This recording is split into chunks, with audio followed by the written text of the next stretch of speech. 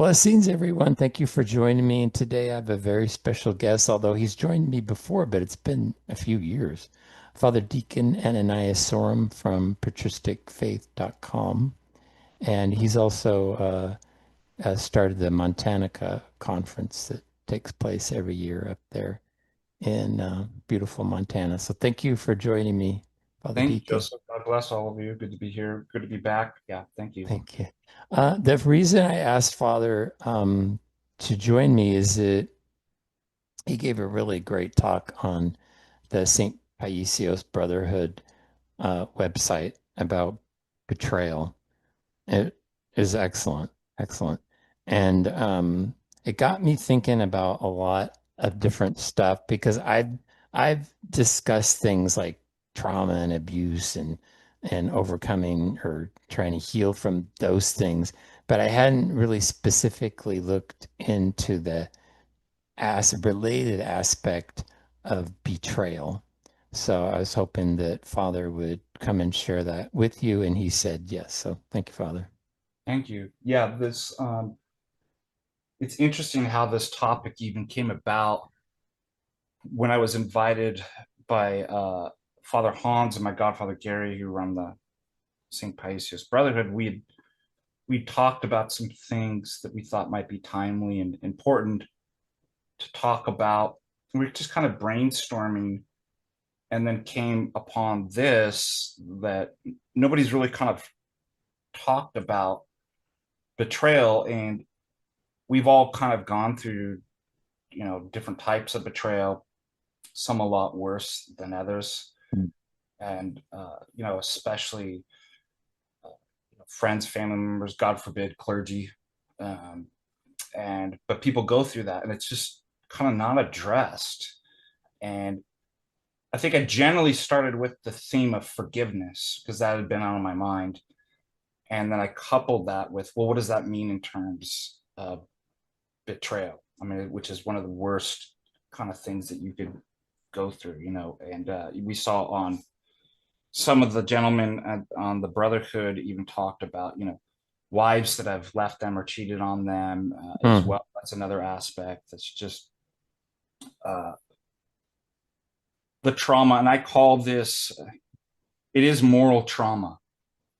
And we'll talk a little bit about this tonight, that it's something equivalent to like what warriors go through with PTSD. Hmm. And we have two different models. We have a secular kind of therapy model and the way that they try to deal with that, which is not successful. And then people want to know, well, what does healing and forgiveness look like in the Orthodox model? So Hmm. we'll talk about that. And I'll just kind of go through and discuss this. And then, yeah, we'll just ask questions and we'll kind of go from there.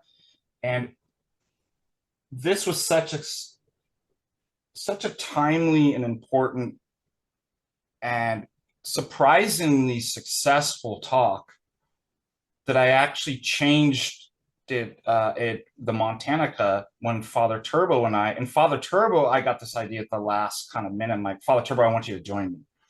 So we teamed up when we did a workshop together on this, but I actually switched the topic that I was originally going to do to this just because what I saw in the St. Paisios Brotherhood, Wow. that how important this was. And so I'm honored to share again because I think it really needs to be discussed and talked about. And a lot of this, I'll be using a lot of quotes, a lot of stuff from scripture too, because one of the most beautiful scriptures that we have is from the psalmist, and specifically in terms of suffering and healing. And it gives us a vision of where to go and where the kingdom is. And I'd like to start off with Psalm 133 to kind of lay out where are we going. Psalm 133 says, behold now, what is so good or joyous as for brethren to dwell in unity with love. And that's going to be our focus. That's going to be our end goal. And we even see in the Gospels, love one another as I've loved you. By this, you will know that you are my disciples, if you have love for one another. And so it's interesting. We have to define these words because, one of the parishioners and I were going fishing a couple weeks ago, and there's a sign that says, love one another. And I'm like, that's good, but I don't know what people, when they say, I know what, when I see that, I think the gospel. I have a context for that. And I asked my parishioner, I'm like, what do you think people think when they see that? He was like, oh, anything and everything. I'm like, right.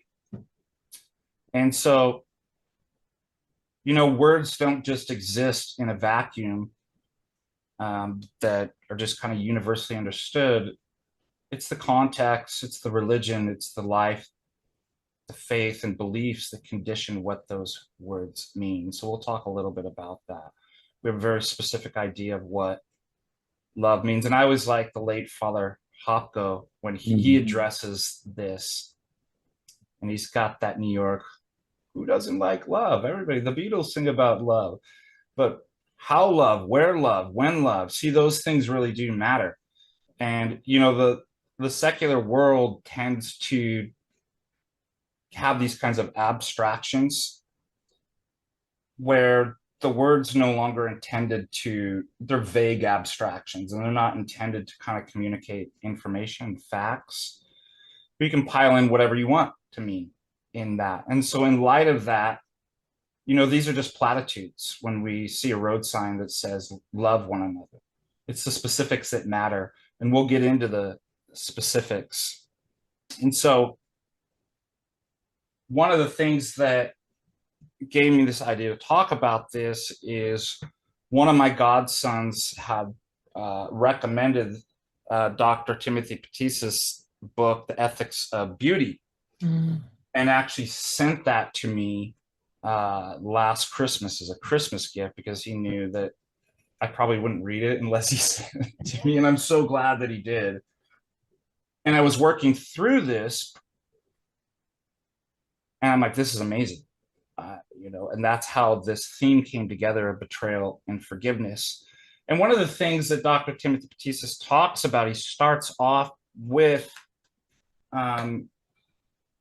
counseling and therapy for soldiers who went through war and they have PTSD.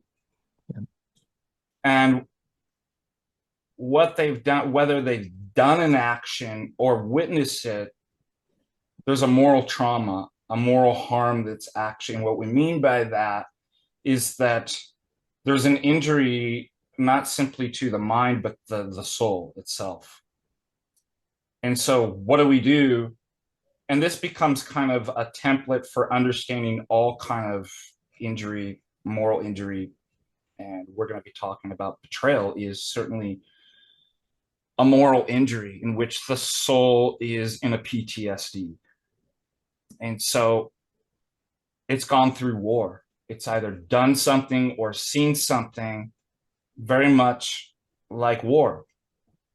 And so the question comes up then, typically you see this in Orthodoxy, if there's a sin or there's a crime or something like that, or there's a passion, the opposite is the medicine. The medicine is the opposite. So if I'm suffering from pride, what's the medicine for that? It's almsgiving and service and things like this. So the question about, well, what about war?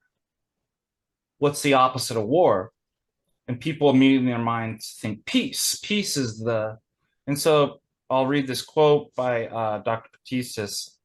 The opposite of war is not peace, but liturgy. Wow. The cognitive, bodily, totalizing act that steadily increases communion instead of cutting it off. Liturgy is an act that purifies and knits the character together, whereas trauma unravels our character liturgy. I give my life for my brother and sister. I renounce retaliation. I give you my very body and blood for the life of the entire world.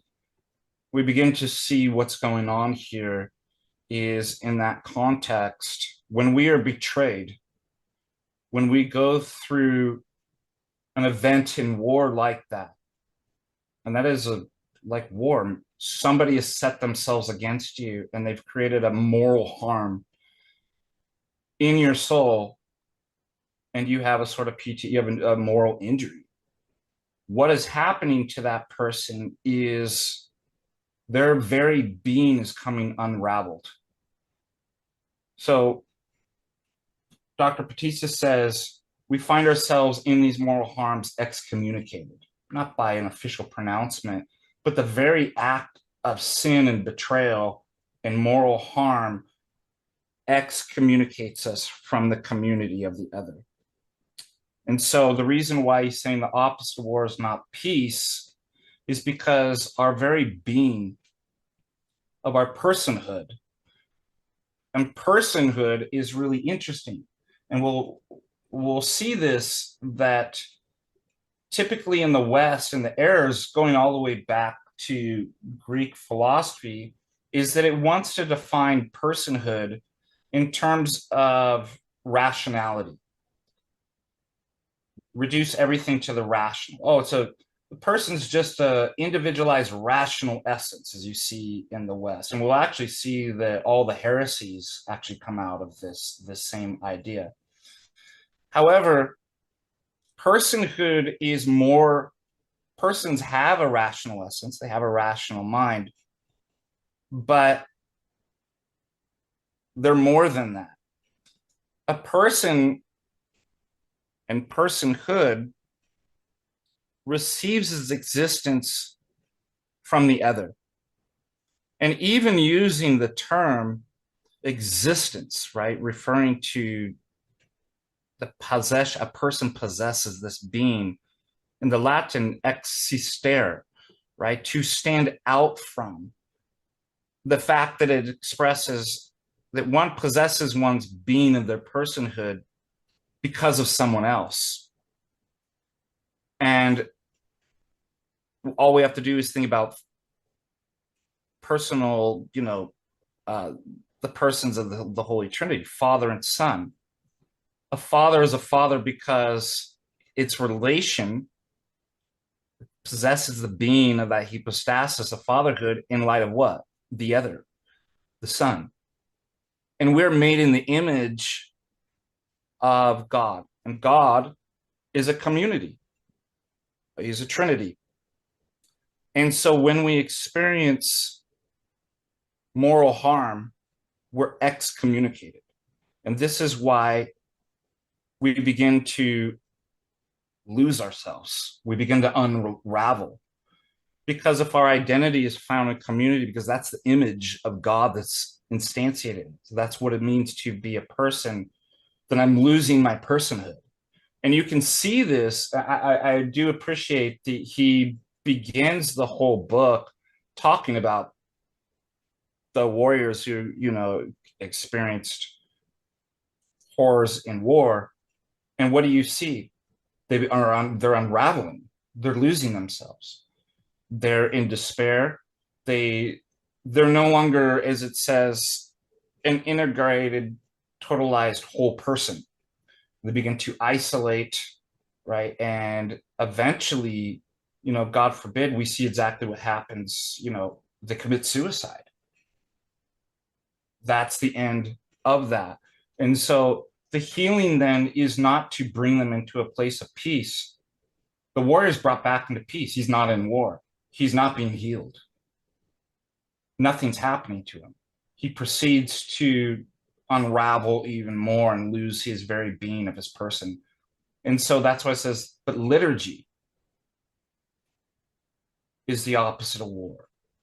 That's what a healing model looks like. When we're betrayed, we're excommunicated. We're outside of the liturgy. And so the medicine is then to be reintegrated. The person needs to be reestablished because they're disintegrating. They're unraveling. And so that's a holistic picture. Even when we look at the liturgy, what do you find? We're all together. Let us pray to the Lord. And you have all the different elements you have the reading of the epistle, the gospel, the icons, the songs. All of this is going on because together with all the saints and the angels in heaven and the Holy Trinity, because it's a holistic. So man is a whole. Secular psychology is going to reduce man to a part, which is the very definition um, of heresy. Mm. It's to often take one piece of the truth and present it as if it's the whole. And the etymology of heresy is choosing. So rather than seeing the whole, we choose a part and we make it an idol. We're like, no, this is God, this piece. And you could do this with the Bible. You could do this with anything. You could take, once you take it, because the whole is katoholos. So when we say we're Catholic, we don't mean Roman Catholic. We mean we're whole. That's all the parts, the lives of the saints, the icons, the liturgy, the people. And so when we take a piece out of there and present it as a whole, think about even the first temptation that's presented to Adam and Eve. The devil says something true, but he takes it out of the whole. He says, if you eat this, you'll become like God. Well, that's the whole purpose, to become like God. But what does he do? He takes it out of the whole. And then he has Adam and Eve choose that. And so this is why if there's a sin, whether we commit or has been committed against us, we need to be reintegrated. There's a reentry program into the whole, the kataholos, which is the liturgy. That's basically what. And this is why we say the liturgy is the resurrection.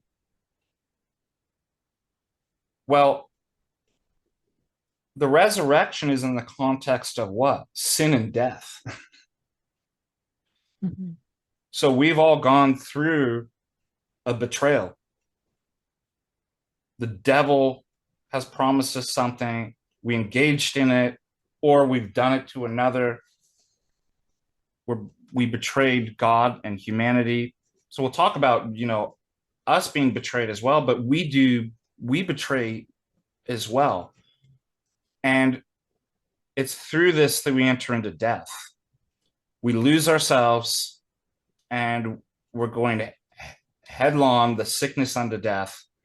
And so the liturgy is life, because the liturgy literally is resurrection. It's the day of resurrection. Let us be illumined by the feast. Let us embrace one another. Let us call brothers, even those who hate us, Mm. and forgive all by the resurrection. And then it says, so let us cry, Christ is risen from the dead, trampling down death upon death, by death, and upon those in the tombs bestowing life. Now you're getting think about that. Our enemies, we reintegrate, even those who hate us. Death is overcome.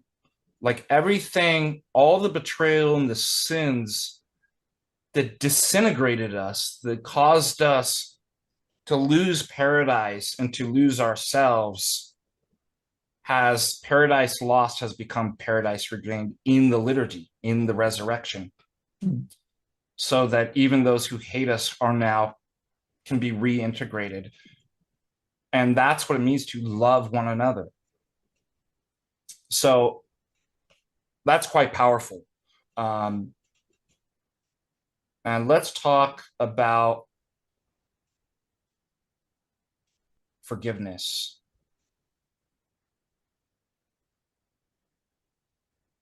But let me read this. This is an amazing one too. This one always makes me teary-eyed. The Psalm. To give a context of forgiveness, we have to understand, well, something bad happened, obviously. And when we're betrayed by another, when the enemies hate us and persecute us, and do all manner of evil against us. It excommunicates us, and we're called back to liturgy, back to communion. But the psalmist talks about this in Psalm 142, for the enemy persecuted my soul.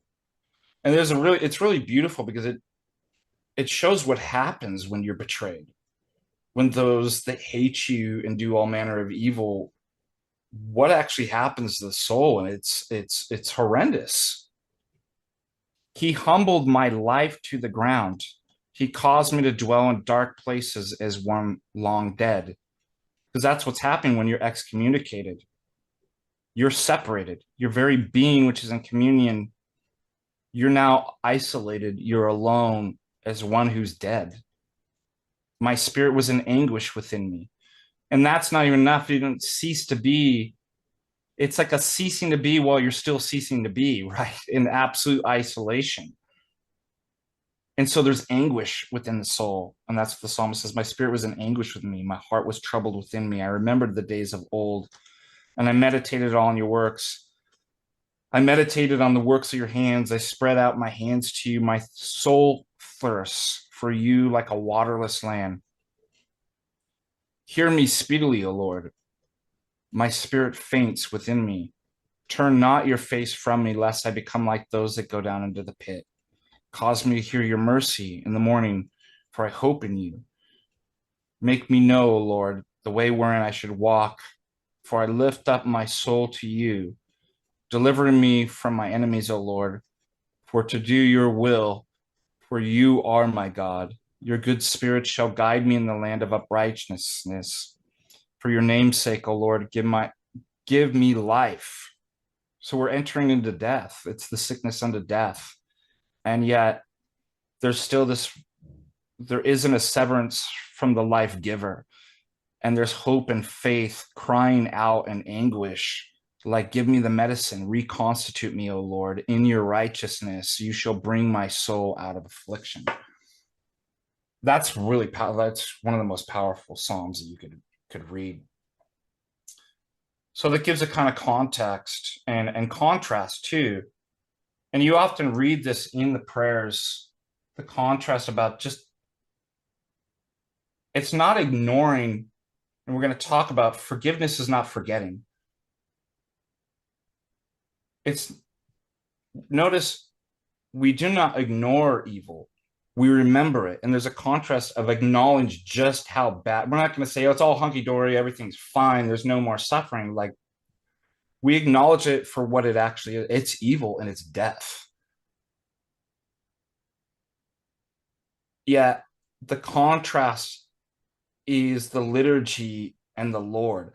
And you'll even see this in the pre-communion prayers, going back about how hopeless and wretched man is, and yet how much hope in the goodness of the Lord, right? There's this kind of balance. Because again, the word resurrection only makes sense in terms of what? Death. That's why I always say that there is no resurrection without a crucifixion. And Father Turbo talked about this too. You know, we want to run from pain and suffering. We want to annihilate it. We want to ignore it and forget it. But that's not what Orthodoxy says. In fact, it embraces it because our resurrection's through our cross and suffering. And it's not just that there's no resurrection of Christ without the cross. There's no personal resurrection without a cross and suffering.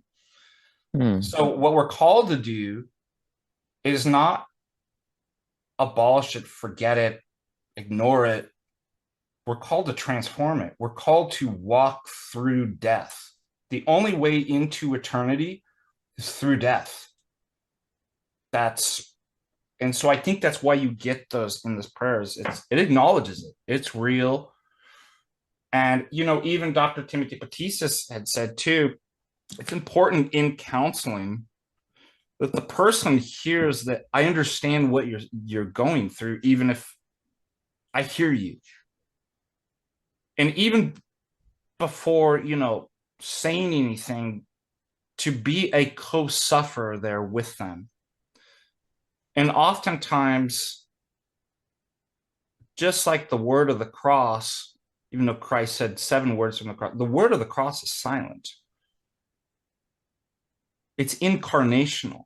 It's communion is not necessarily saying something. We'll see this, that this is what's wrong about kind of Western therapy is, oh, it's talk therapy, or put everything in terms of rational proposition.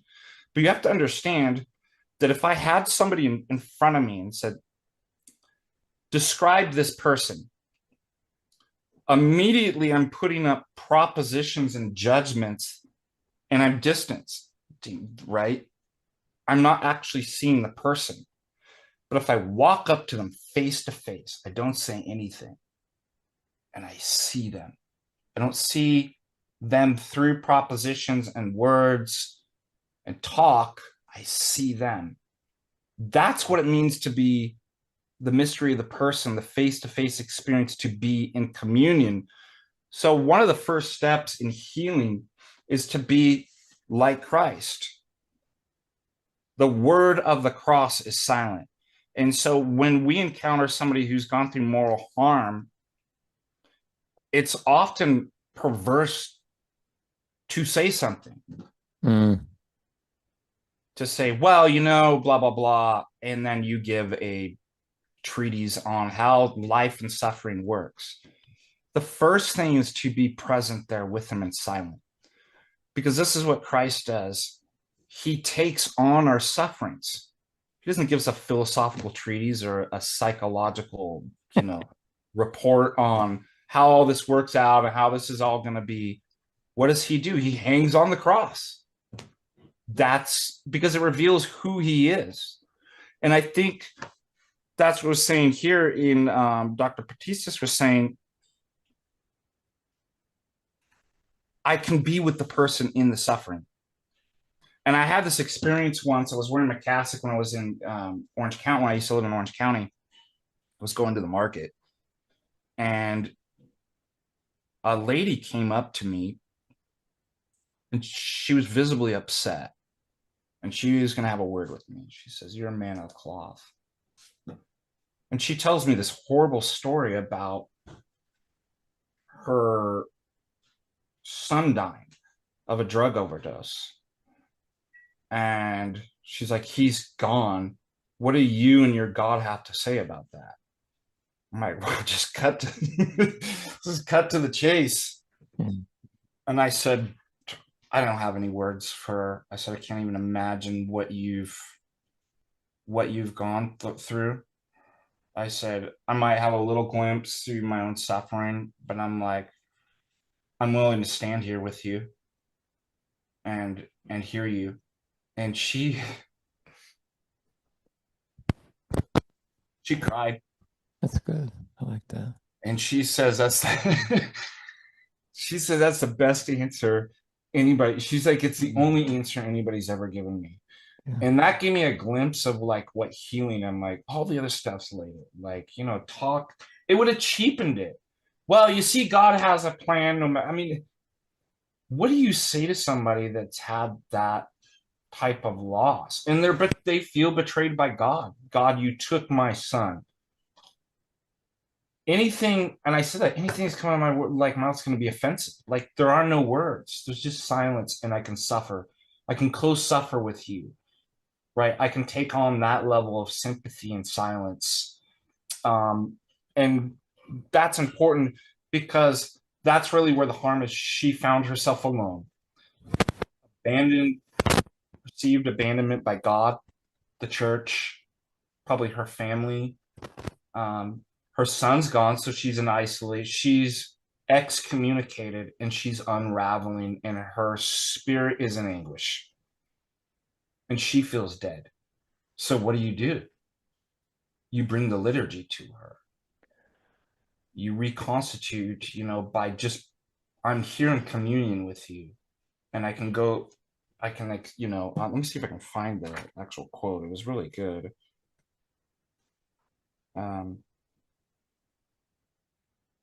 And she's traumatized, right? That's the moral injury. Um, Exactly.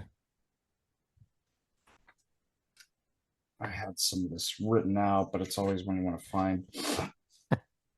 Um, oh yeah, I think it's here. While you're looking, Father, Yeah, that reminds me of an essay that Lisa Marie Presley wrote. I didn't know much about her, except she was Elvis Presley's daughter, you know. But her son committed suicide when he was 27, and she wrote this piece. I thought it was this. It's all really good, but I thought this was interesting. To grieve is incredibly lonely, despite people coming in the heat of the moment to be there for you right after the loss takes place. They soon disappear and go on with their own lives, and they kind of expect you to do the same, especially yeah. after some time has passed. This includes family as well. If you're incredibly lucky, less than a handful remain in contact with you after the first month or so. Unfortunately, that is a cold, hard truth for most. So if you know someone who lost a loved one, regardless of how long it's been, please call them to see how they are doing. So that's I think that's what you talked about. Just be there for people because yeah, it's rough. So He talks about. I'm going to give some context to this section. So, one of the themes of secular Western therapy is this reduction to the rational. Like I said, even Western philosophy, the person is just a individuated rational essence, a rational nature. Um, and so you see this in Western therapy, secular therapy. What do you get? Talk therapy, talk it out. Um, and talk therapy, it's like a kind of venting, like it gives a kind of immediate hmm. kind of relief, but it can actually make things worse. Like it doesn't actually fix things, but you just feel like I just got to get it out. Have you because you're in isolation, right? You've been excommunicated, and you're just like I need somebody to tell to, right? But Dr. Batista says the mere intellectual retelling of a traumatic experience by, as he's talking about this therapist Shea, by his veterans led to an epidemic of suicides among his patients.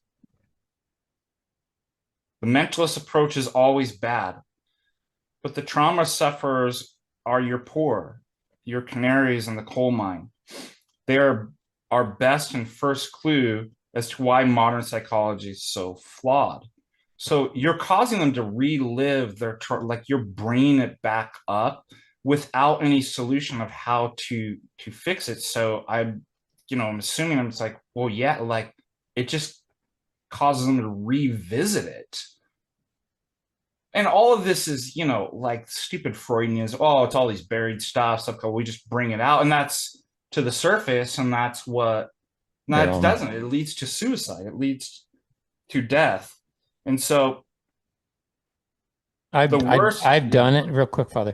yeah, I've done that, Father, and I mean I stopped doing it. I think the theory is that repeated exposure to the trauma is supposed to lessen it.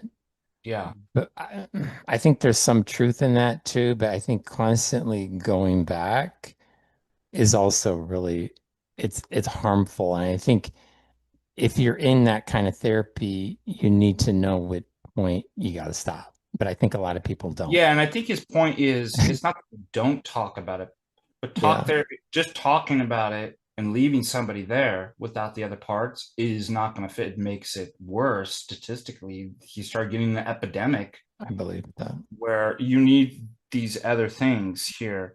And he talks about um, the worst thing can possibly happen to a person who has been excommunicated in this ultimate way by trauma is to be treated in a cold intellectual manner by their therapist. Yeah.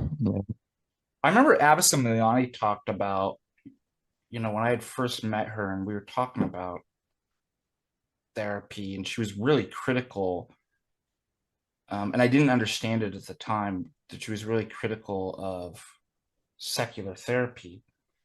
And she says it doesn't work. Like, people don't get, the only time it works is when the patient perceives that the doctor, the therapist actually cares for them, actually cares. Then it works, and then you go and pay for It's it. that's true. That's true. Pay for care and friendship.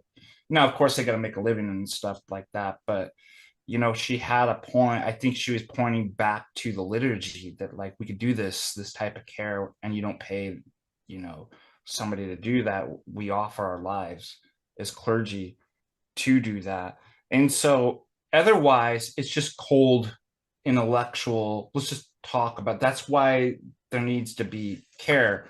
And so, well, what does that look like? um let's see, it goes on, if you don't mind me reading, this is just so good. No, no, no. Go ahead.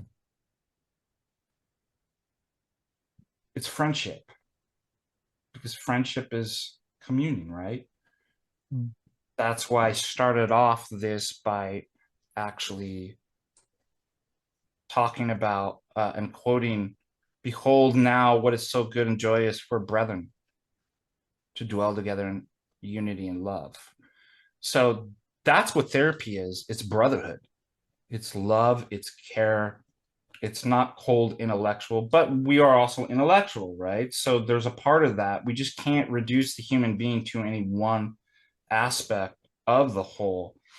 So um, let's see. He goes on to say, because you're in a state of excommunication, the friend, they will also recommune you in another way. Oh, he's talking about Greek, like a Greek village, because he gets this idea of what communion and friendship and brotherhood, Mm. love, look like in a Greek village. Well, how do they do that? Do they just talk and say words? Um, no, through food or touch. The talking's limited, placed in proper proportion. There's the word proper proportion, and the other parts pass to recommunion. You're not allowed to tell your story just yet. You're not silenced, but neither are you permitted to detach yourself from being treated like the life, your life like a story. The therapist, this guy Shea, goes on to say that what's needed is not cognitive processing. I listen in a hurry to download all the personal data to find a solution. So that's what this lady was asking. Mm. Let me tell you, like, let me just, and then you can give me the solution. Like, that's not, by the way, men struggle with this. I thank God for a wife that, men think that when women talk to them, they're like, oh, they're asking for a solution to a technical problem. When it's like, well, they actually just want to Listen. commune with you. Yeah, They're listen. not asking, Listen, yeah. but we're interpreting this is like, let me just download all the information here, and then we'll just punch it through my computer, and we've got a solution for you. And then what does it do? It breaks the kind of communion and the personal relationship between the other. They're looking for a listener. Mhm. And specifically in terms of moral trauma, one who weeps where you can't. That's what that lady was looking for. She didn't cry yet until I cried, because she couldn't weep yet. I'm sure she did, in other times or something like that. A listener who feels your hurt in ways. That's what we shared. I can't get it exactly, but I'm like, I can cry for you. I can feel your hurt and your pain in a way. and I can be there. And guess what that started to do? It reestablished her back into a communion. But even before you get to that, Shay says we need to establish good patterns of self-care for the person. Uh, and so this is part of therapy too, especially when clergy is, one of the things I always say when, many people come to me and they're suffering from depression. Why do I always bring up diet? That's part of it. You know, if you're depressed, if you're going through, let's say, and you're going to be depressed and at a level of despondency if you've been betrayed, there's some kind of preliminaries that we can work on while we reconstitute you within the liturgical context of recommunion. Get off alcohol. Mm. Like, that'll make it worse. Start eating decent food. Do you have a job to go to? Like, do you have some sort of kind of work? Because, I've been through despair and despondency, and what you will do is you'll sit in your room all by yourself and you will unravel. And then it's just the voices, right? Going back, because that's where the demonic wants you. Those are the messages, and it's a biofeedback loop all the way into nothingness, into ultimately suicide. Like, if Yep. you don't pull yourself out of that or have somebody pull you out of it. But it's the last thing you want to do when you're. I remember, being severely depressed, when we were going through the worst of it. I knew it would make me better. I'm like, I don't want to do it. Just sit here in misery. And it's not comforting being miserable, but like there's no place to go, right? It's like, I don't want to do that. I know it'd make me better. Don't want to do that. I don't want to do that. I don't want to do, I don't want to do anything. And I don't even want to do the nothing that I'm not doing, right? It's like, it's insanity. And sometimes you need somebody to come in like Christ and pull you up by your, notice he's pulling, he's not, it's Yeah. not their hands reaching out to him. He's pulling them up by the wrists. Yeah. It's like, Is that Adam, Father?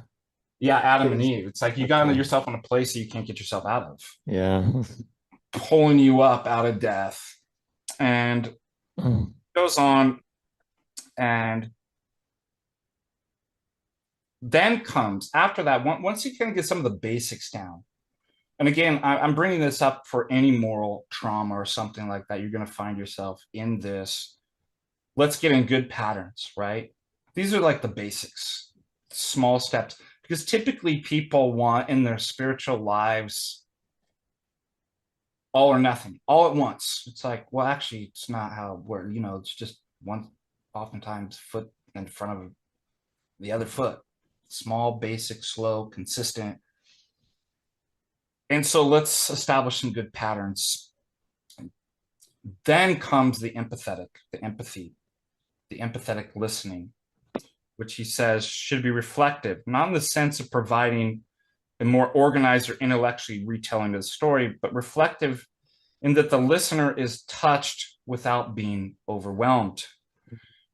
And then enfolds you into his own life. That's what we want, which is a life rooted completely in Christ. And this is not about our story, but about an unfolding adventure which renders large parts of our past opaque. We can't yet predict what Christ is going to do with all that has gone before our lives. I find that that's something that people want. They want, and it's not really what they want. They just don't know what they're saying. Well, why did this happen to me? Right? Where am I at? Why is this? Where is Christ and where am I supposed to go? I'm like, I don't know. But there's a reason and you get to find it out. But think about if, like, so what if Christ appeared to you and just told you it all in a downloaded? You think that would help you? This part of this is erartheosis is, remember what Christ says to the deaf man that he heals with the mud, puts the spittle of the mud in his ears, and he says in Aramaic, epita, means be open. This is a fundamentally ontological change. I actually think this is what faith is. is it's a decrease in your own kind of ideas about, well, why did this happen? This is what I think God's doing. And it's like, why don't you just be quiet and just be open? Because if you're talking in your head too much, you can't actually see the answer. You can't hear the words of, and so there's going to be a discovery process when we're open. I don't know. I'd like to see. We'll see what God has. But now you don't want to be cold while another person reveals the trauma that they've gone through. What do we do? We want to. You want to be touched. That's what happened to them. Like, I was touched by her story,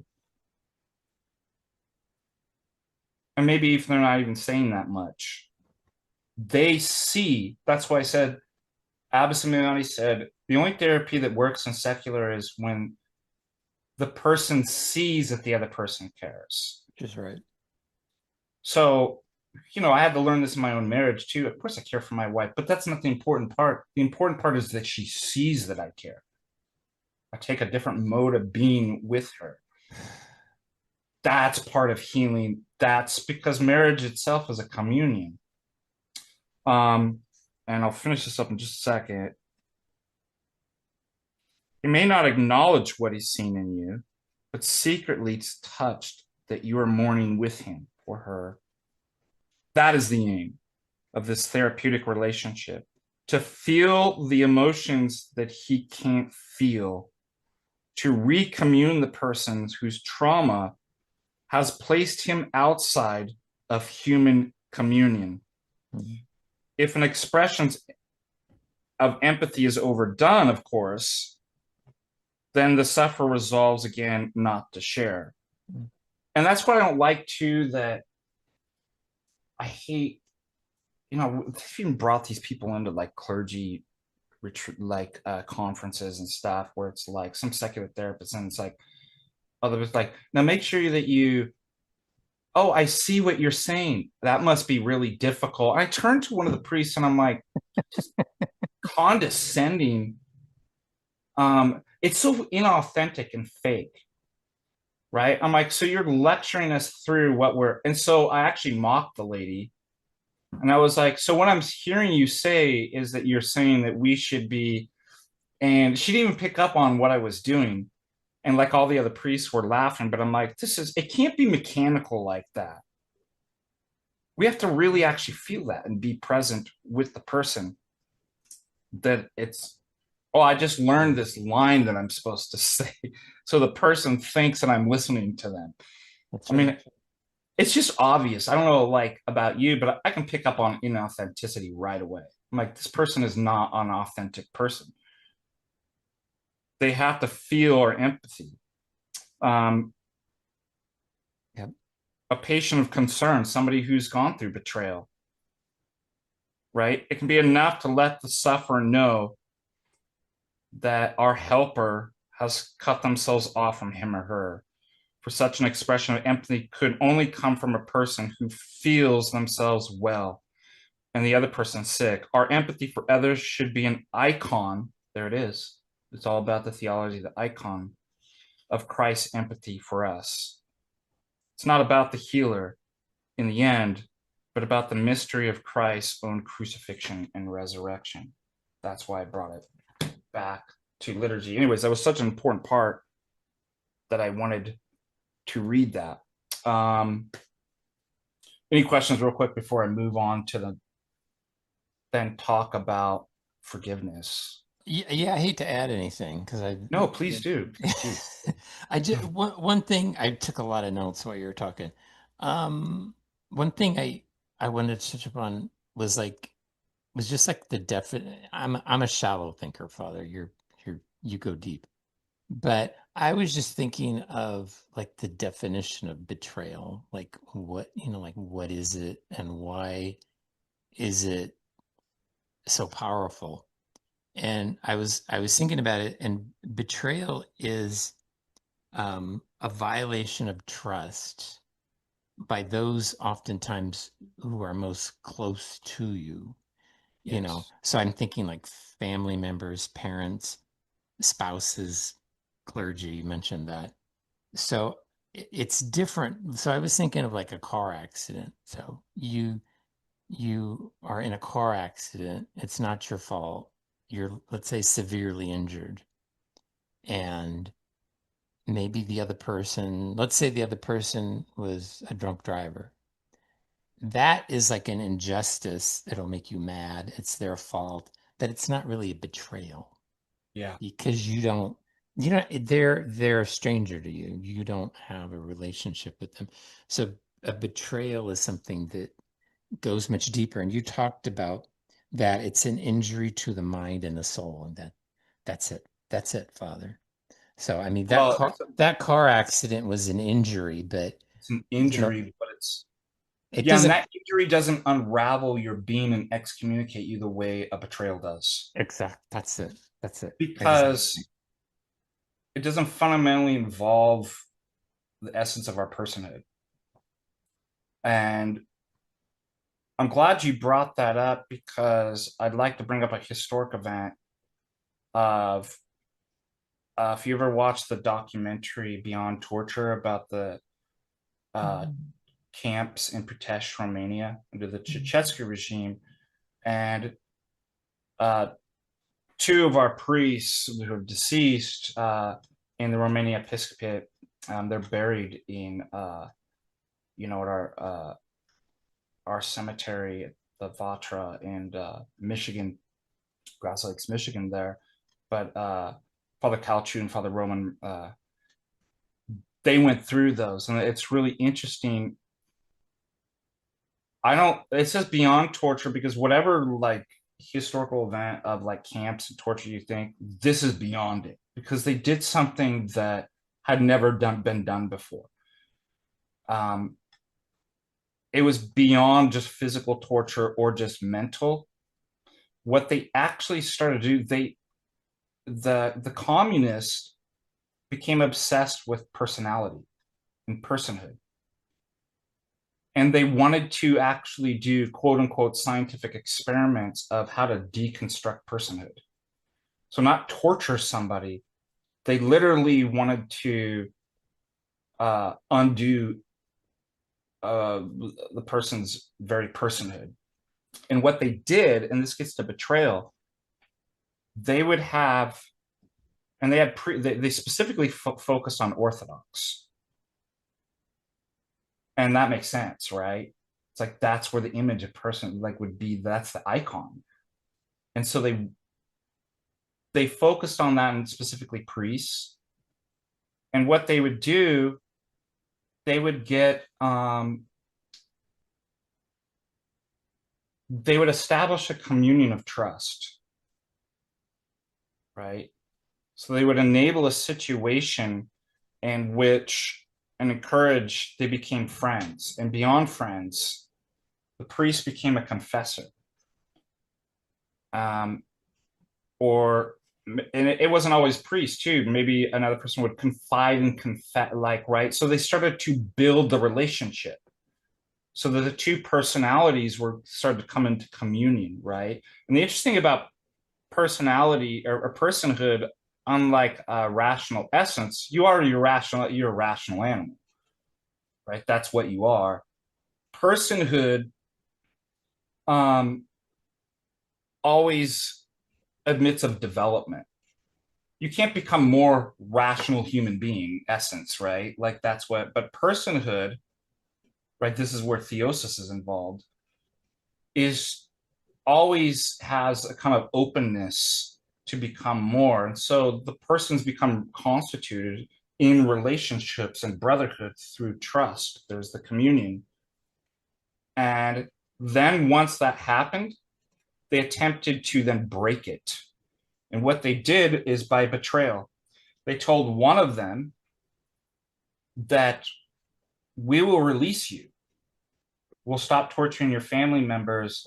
You now have to torture, but you have to beat the priest that you confessed in, that you now trust. That's your father, your spiritual father.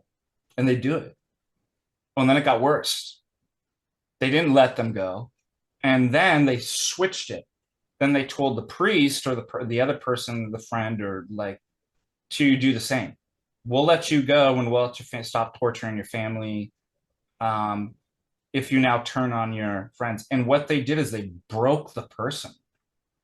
So they established a personality, the personhood in communion through trust and revealing the deepest things within you.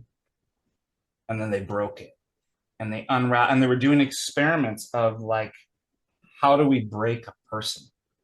And most of those people killed themselves, like through, which is exactly what I was talking to you about, is that's where that's ending. So that's betrayal. That's a perfect example of what the most demonic level of orchestrated like betrayal would look like. Why is that a moral injury that's far more pronounced and profound than anything other, like that you might witness a death, an accident, because it cuts the very core of who you are. I think you're absolutely right with that. So check that documentary. I mean, I cannot believe that they actually came up with something like that.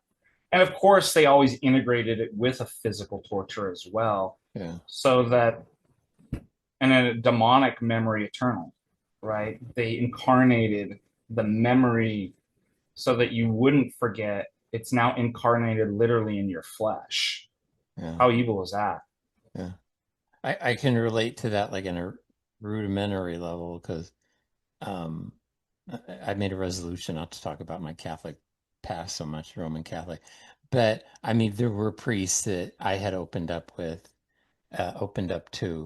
and shared, the past with, and then they betrayed me. And that was the worst, That's the the worst. absolute.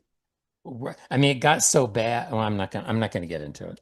I'm not gonna go into it. I've already talked about But it. you see the theme, like why it's so bad, like how the Well, moral injury to the it soul it is like, it wrecks you. It absolutely yeah, wrecks you. totally uh, unravel. You lose yourself. Yeah, it was close. Pretty Yeah. close. Yeah. And there was one other point I want to make real quick or ask you about. Is this might more deal with forgiveness, but I think it's a point that you were making too. And I wrote the power of an apology because I think that is strong for people. I never got one in Roman Catholicism, but one of the first priests that I talked to, and I'm trying to overcome a real distrust of the clergy. Mhm. So one of the first priests I talked to, an Orthodox priest, he apologized for what had happened to me in the past, and he had nothing to do with it. But that I think meant a lot to me because it's like, well, I think I'm going to trust this guy. And you used the word empathy too, because there was some empathy there. And then you talked about authenticity too. And I think that sometimes requires like some vulnerability. And it doesn't mean breaking down and crying with people and holding their hands or anything, but it can just mean being, with them. And I think present is what you were like talking about and listening. And that's something, it sounds so basic, but it's something I never got because I think a lot of times part and parcel with betrayal is it can happen like in a family or in a relationship or an institution. And I think part of that betrayal process is protecting, I mean, not necessarily an institution, but protecting a family, it's protecting a group. And I think that's when there's a lot of problems because people aren't required to be vulnerable and caring because to do so would jeopardize, I don't know, a facade of health, either in a family or in a relationship or an institution. So that's a lot, but Well, I think one just my personal experience of how to be authentic is, for me, when I'm with somebody or even say something, they're not words. It's an actual experience that I went through. So I bring to the table of who I am, my trauma, my suffering, And we suffered some of you know um, some really bad stuff for 10 years of my wife's disability, and just like, and being suicidal, and just I didn't have any. I was exactly what he's talking about. I was excommunicated all by myself, and there was nobody to pull me up like Christ is pulling me out. Like I was just, and my cry was the psalmist. Like there was something deep down inside of me though, that where it's like, I believe you're here. Like I believe you haven't left me. It was far deeper than an intellectual cognitive like Yeah. fidelity or belief, and I just held on to it. It's kind of a mystery, and sort of kind of openness that eventually, after 10 years, pulled us out of this dark, and we were reconstituted liturgically in communion. Um, and I tell my wife sometimes, because it's really easy for the mind to bury that trauma and the pain. And I'm like, it's good. I like to sometimes take inventory and reflect and be like, just the very feeling of how bad it actually, I'm like, I don't ever want to forget that. Yeah, you won't. Whereas a lot of people, because it puts it into contrast what God was doing in the very depths of hell with me. Yeah, you And won't. I'm like, I don't want to lose that memory. Like, look how far we came, that our God is a savior who went down into the depths of hell and saved us. Mm. And I won't understand that healing and that resurrection, and if I forget that. And your mind tries to forget it. So I try to recall that, but I bring that to therapy too. When I'm in a personal, encounter with somebody who's suffering, the reason why it's authentic is because I've been there, and I'm not going to forget it. And there's a way out of the pit. It's no longer a pit, it's a tunnel. Christ broke through, and he can pull you through death. Like, and so I think that's important. And I remember one of the priests that was up here was talking about another priest, and both amazing priests. And he says that priest has gone through trauma and pain. You can see it. Mm. I'm like, because he's authentic. I'm like, absolutely. Like, I'm glad that you noticed. But somebody who suffered, and that was one of the things that immediately I realized going through that level of suffering. It all had one or two things. It'll either make you bitter and angry, Yeah. or it opens you up to the immediately being conscious and empathetic of other. I'm like, oh my gosh, other people are going through this. I get it. I thought that was a profound breakthrough when I was going. Yeah. I'm like, I can feel other people's pain. That's crazy. And it wasn't cognitive anymore. It was ontological and spiritual, Yeah. which shows you the exact failure, as Patristic points out, of the Yeah. West. He says the consistent failure of the analytic truth first methods resolve severe trauma, makes the trauma victim a kind of canary in the coal mine. What we see sharply in such cases about ineffective such approach to soul healing, that's what it is, it's soul healing, Mm. is a warning to our entire culture. We've got to find an alternative path. That ain't working. Rather than intellectually dissecting, attempt to intellectually dissect the heart, the Orthodox Christian path to the soul development trains the penitent to fall in love with the same divine appearing that once drew the world into existence, until a similar experience of fresh life, clarity, and individuation experience, and the person is born again. Now, isn't that a funny phrase? Protestant evangelicals like to use born again, but like, this is what born again looks like. Yeah. The death, right, to experience this and not to explain this in terms of, we'll say the sinner's prayer, or reduce everything to an analytic truth first. It's this experience that's occurring in the heart and another experience coming that's bringing life clarity that causes the person to come out of death and be born again. Yeah. That's the true being born again. And that's what's actually the liturgy. Yeah. That's what we're calling to. Anyways, you want to add anything to? Real quick, I think that's what I've noticed the difference between the Roman Catholic clergy and the Orthodox clergy. I think it has to do with the married clergy. I just think that Orthodox priests or clergy like yourself, I just think they have a bigger bag to draw from of experience to help people because it's been pretty stark the difference. And I've been very bitter and angry the majority of my life, and it's eaten me alive. But um I think part of that too is that when you ask for help or you reach out for help and you don't get it, it makes you worse. Yeah.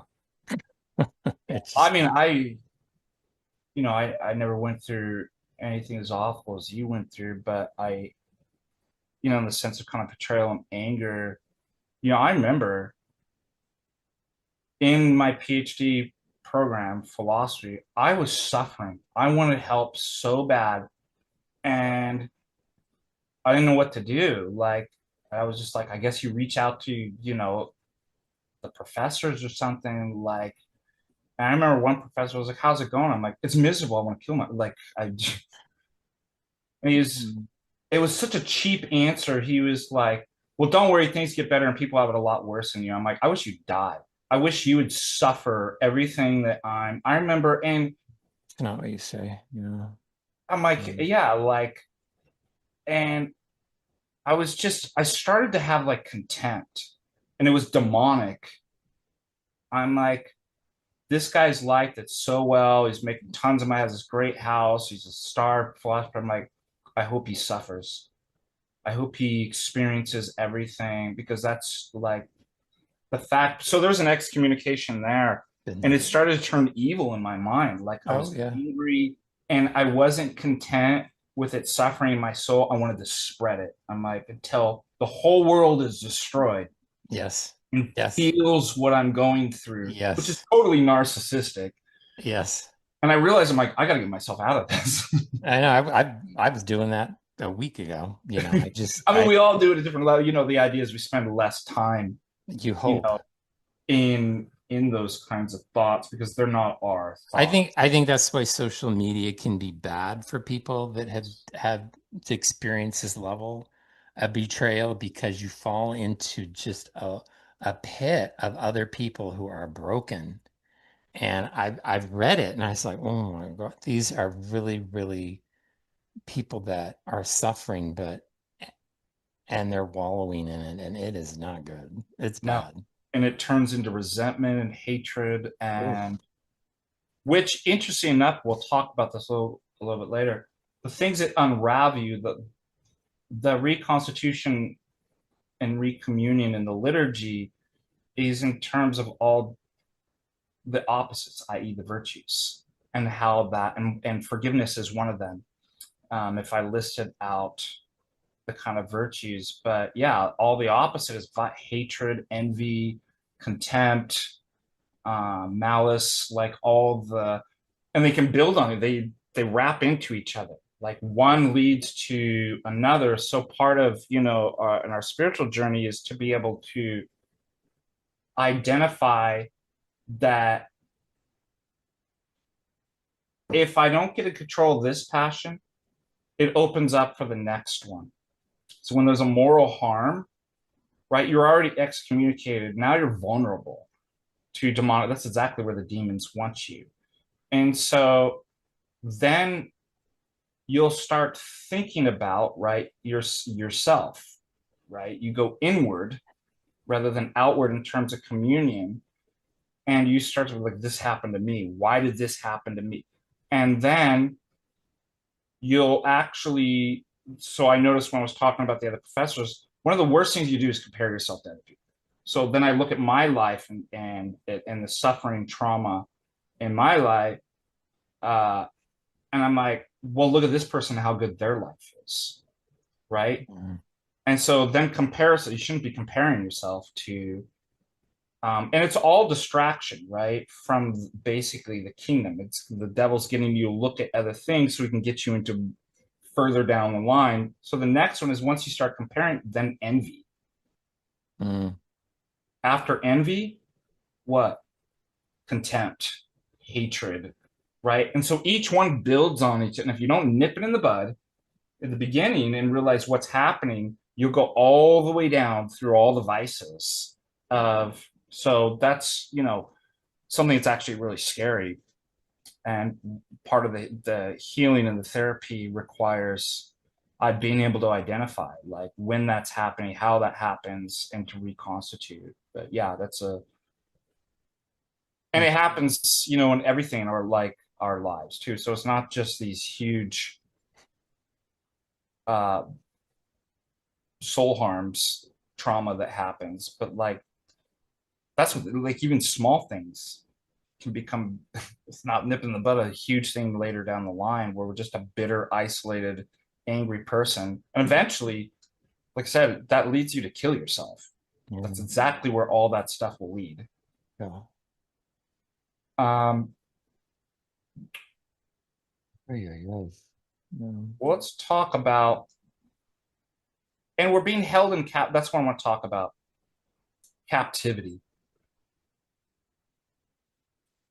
When we're going through that stuff, you're held captive by something, your own thoughts, your anger, the trauma itself. We need to be released. And whatever we're going through in life, the theme in Orthodoxy is being released from captivity so that we may be saved and we may grow. Because a personhood is not a fixed essence, it always admits of more, right? This is theosis, that we become truly human when we end up acquiring all the virtues. Those virtues can't actually, as Father Turbo said, cannot be acquired without suffering in the cross and moral harm. Um, that's the world. So we can't run from it and we can't forget it. But we need to be released from it and we need to be able to transform it.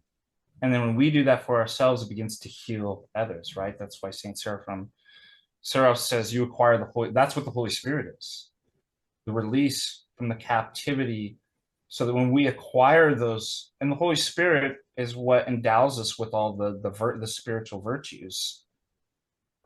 That's it allows us to release ourselves. When we acquire the Holy Spirit, we save thousands around us. It begins to heal others. So we work on ourselves, these things, and then it heals. And the primary theological virtues are faith. Um, and I want to say that faith certainly is not a cognitive assent or even trust. It's an action. Mm. It involves incarnating what you believe and mentally assent and trust to actually do something. And I always talk about, when we're making catechumens, they leave the word, they literally turn around, a changing of the mind, repentance, metanoia. They're going one direction and they turn it around, right? And I believe there's the church, there's Christ. That's what I want. And what do? They take a walk, because you can't just stand outside the church and be like, I believe it. You go get him, Jesus. You go get him, Jesus. I believe. Jesus, like, walk. St. Peter, walk on the water to me.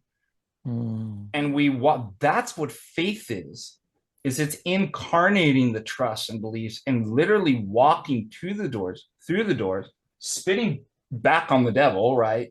Do you renounce the devil and always waiting to spit on him? And then walk into the liturgy. That's faith. So it is a work. Hope. You saw that in the psalm. That's another virtue. Um, what would it mean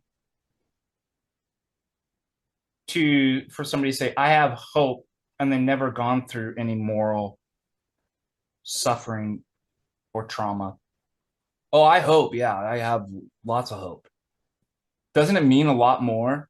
It's like, look where that person, look what happened to them. Yeah. And they hope. I had you know, God rest his soul. He was a student of mine when I used to work at Azusa Pacific University. And he was a vet. He had PTSD. And he had just come out of kind of, he was in such a bad state. He had said basically his parents, I had talked to his parents too, and said he would just scream in the fetal position in his room all day, like he was just a mess. And it was, he was getting some therapy in the VA and stuff like that. It was the first time that he actually kind of got out, and like now he's taking some classes at college and he's trying to reconstitute himself and get better. Um, and I helped him as much as I could. He unfortunately died in a motorcycle accident right after after the class. But he was suffering, and I remember he told his parents, "Do you know what helped him?" He said he saw our suffering. My wife was still fully disabled at the time, and my life was getting better. I was obviously Orthodox, but it was still a mess. It was still a lot of hurt and pain and stuff. Like my wife's there, excruciating, in the pain in the bed and seizures and all kinds of Oh. different stuff. And you know what he told his parents? He's like, "Look what they're going through," and Oh. yet he has hope. And it was he was like, "I want it." So the theological virtue of hope only has its meaning and significance. It's like when somebody's really suffering and right is taking on their cross. And there you see the other virtue piggybacks on that, agape, love, because it's in the midst of suffering that you see love. Greater love has no man than this. He lays down his life for his friend. That he was like, look, and I remember people telling me, like, you need to leave your why. Like, obviously, you got to put yourself first. Oh Lord. This suffering's dragging you down. Yeah. We get it, blah blah blah. But hey, at a certain level, you just got to be like, I can't go down with the ship. And I was like, absolutely not. I knew in my heart, I'm like, that's love. I will go down with the ship. Like, if that's why? Because that's what God does for us. He lies down his life, right? When things get hard, and none of these words mean anything unless it's hard. It's like, well, yeah, when push comes to shove and somebody's like, just takes off or something, that's not love. These words become incarnational in the suffering. So humility piggybacks on all. Do you see how these are all kind of this is the kataholos. They're all intertwined. Mm-hmm. But notice this is exactly what allows me to repent. I learn repentance through this together with prayer, obedience, patience. How can I have patience? They always say the rookie prayer is to ask God for patience. It's like, don't do that. You'll get it. And the reason why it's a joke is because that's what you want it. Why do you think Christ says to the paralytic, "Do you want to be healed?" What a silly Yes. question. I love that. It's like I get it. Because I've it's been, what was he there for 28 years? I 20. mean, Yeah, I get it because I've been there where you just can't move. yeah. And part of it is you get a little comfortable, It's your baseline. You like that's what you're normal. you know. And then the thing is, a whole level like part of the healing is going to be suffering too. So it's like, oh, I'll physically heal you. Then comes the real work, and that's hard. Um, that's how we learn the other virtues, though, of obedience, patience, chastity, temperance, self-control. How can I learn self-control if I don't have these others and this other stuff's not going on? How do I learn generosity? How do I learn meekness? How do I learn discernment? And most importantly, we get to exactly what we're talking about here, forgiveness. What is forgiveness? People don't understand this. And all of this is going to be encouched in terms of all these other virtues in the Orthodox Church, the qualities and characteristics of which, when we obtain these liturgically in communion, because that's our very identity of personhood, we become like God. And to become like God, we must resurrect, and there's no resurrection without the cross. So all of these must be learned in terms of betrayal. They betrayed him. All the apostles did. St. Peter betrayed, right? And then what did he do? He showed the way to acquire the virtues through those betrayals and how to forgive. And so when we're going through such a moral harm, we're told, oh, we got to forgive somebody. I don't know what that word means. We don't know what it means. Forget, enable. That's the big concern. Is forgiveness enabling somebody, letting somebody get away with the crimes? That's not what orthodoxy says. So let's give a definition.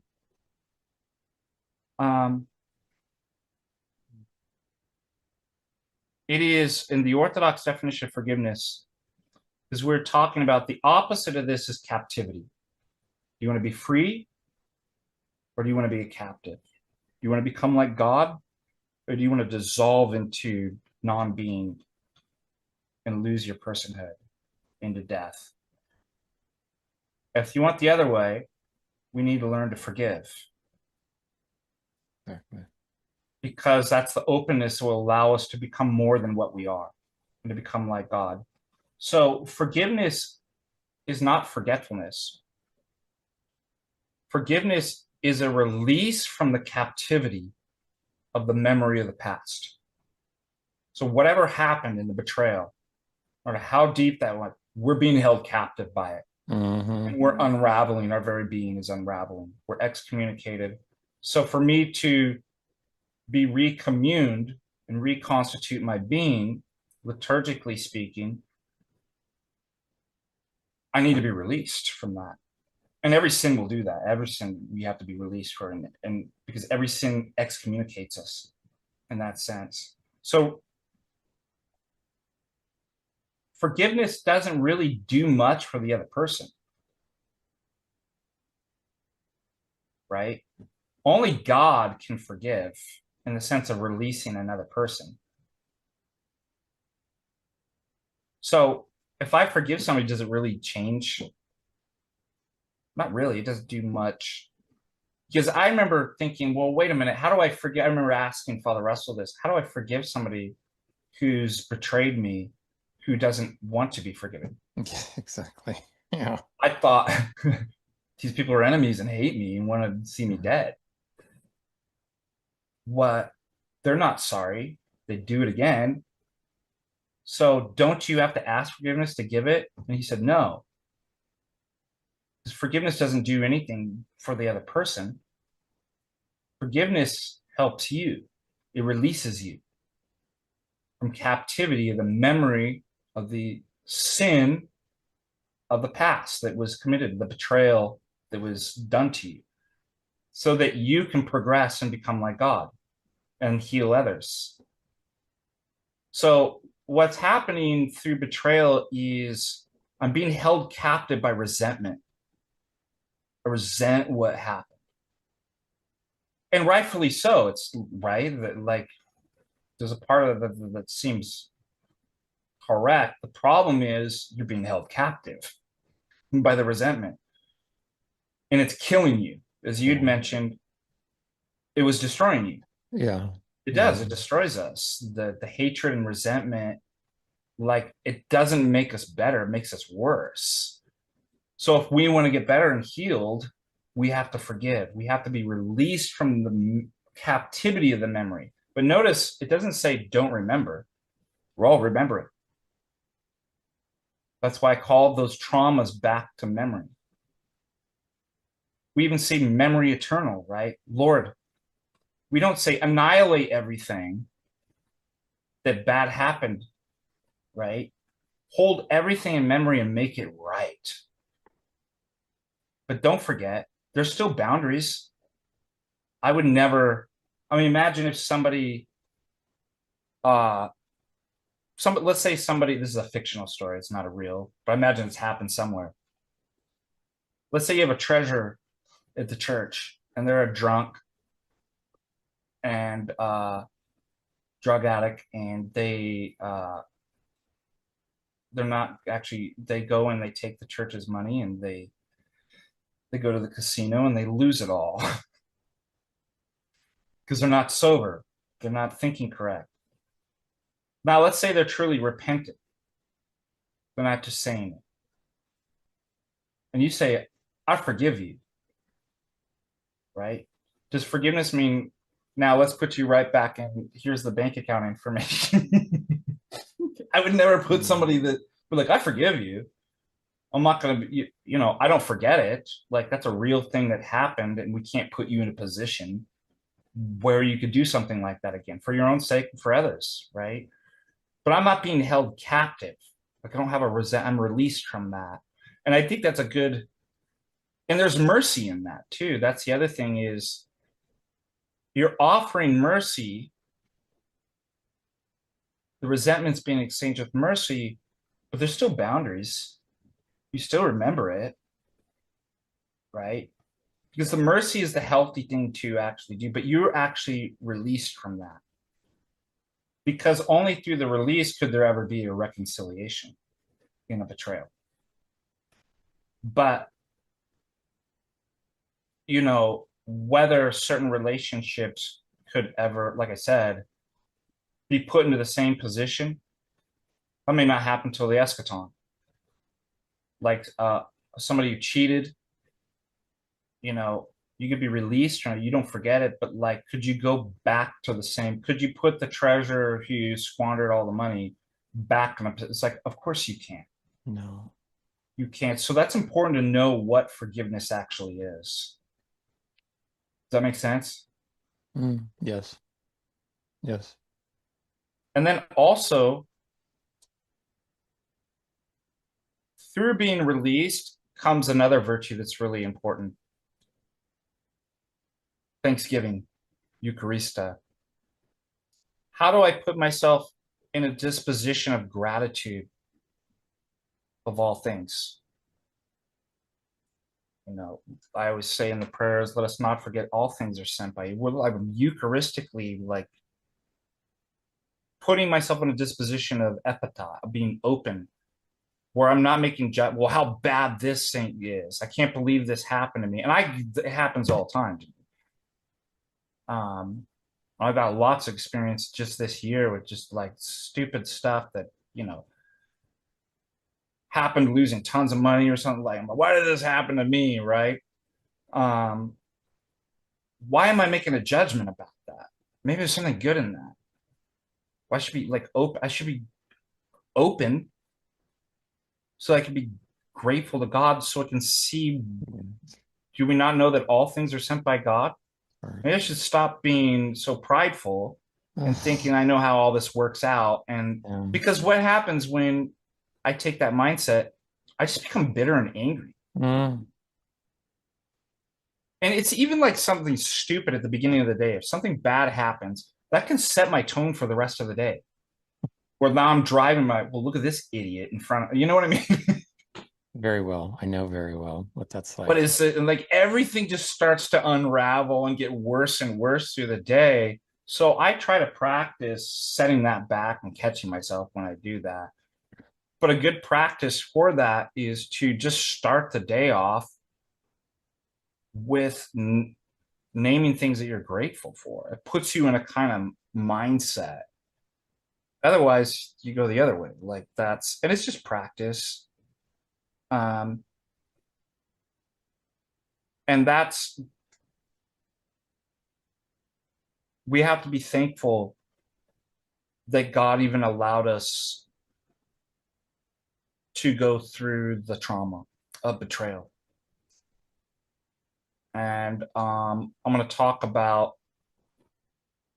that in just a second, but I wanted to open it up for you to add anything or questions. Like, how are you thankful for bad things? Yeah, I don't.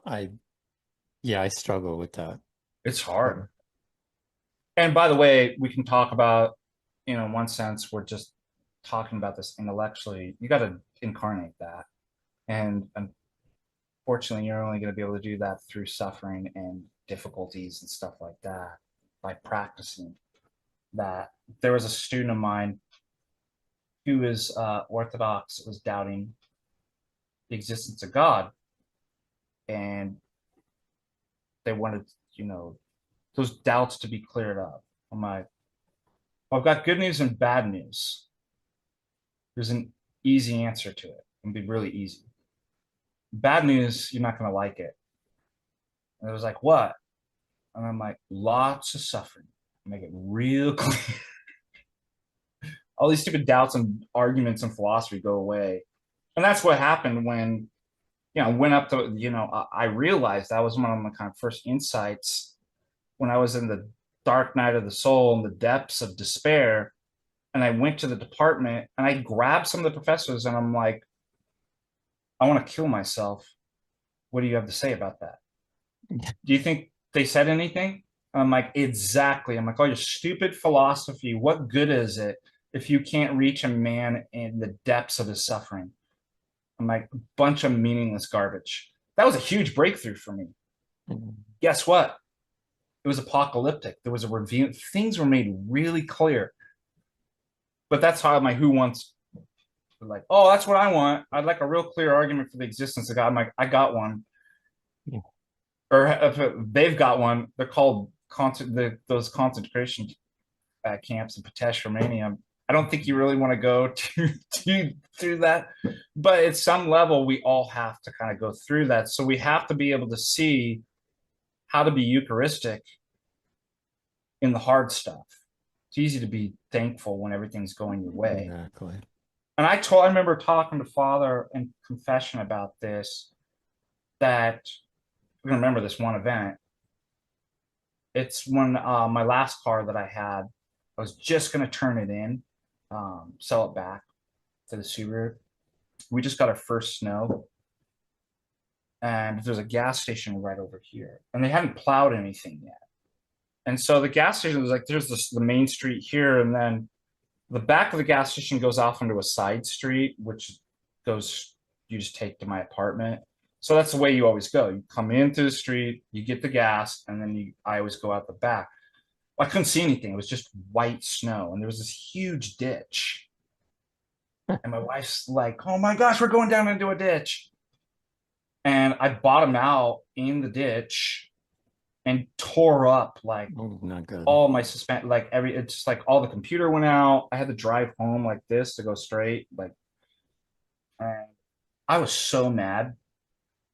Um, and that anger caused me to do other stuff. And I was just bit like I just was like, this happens too.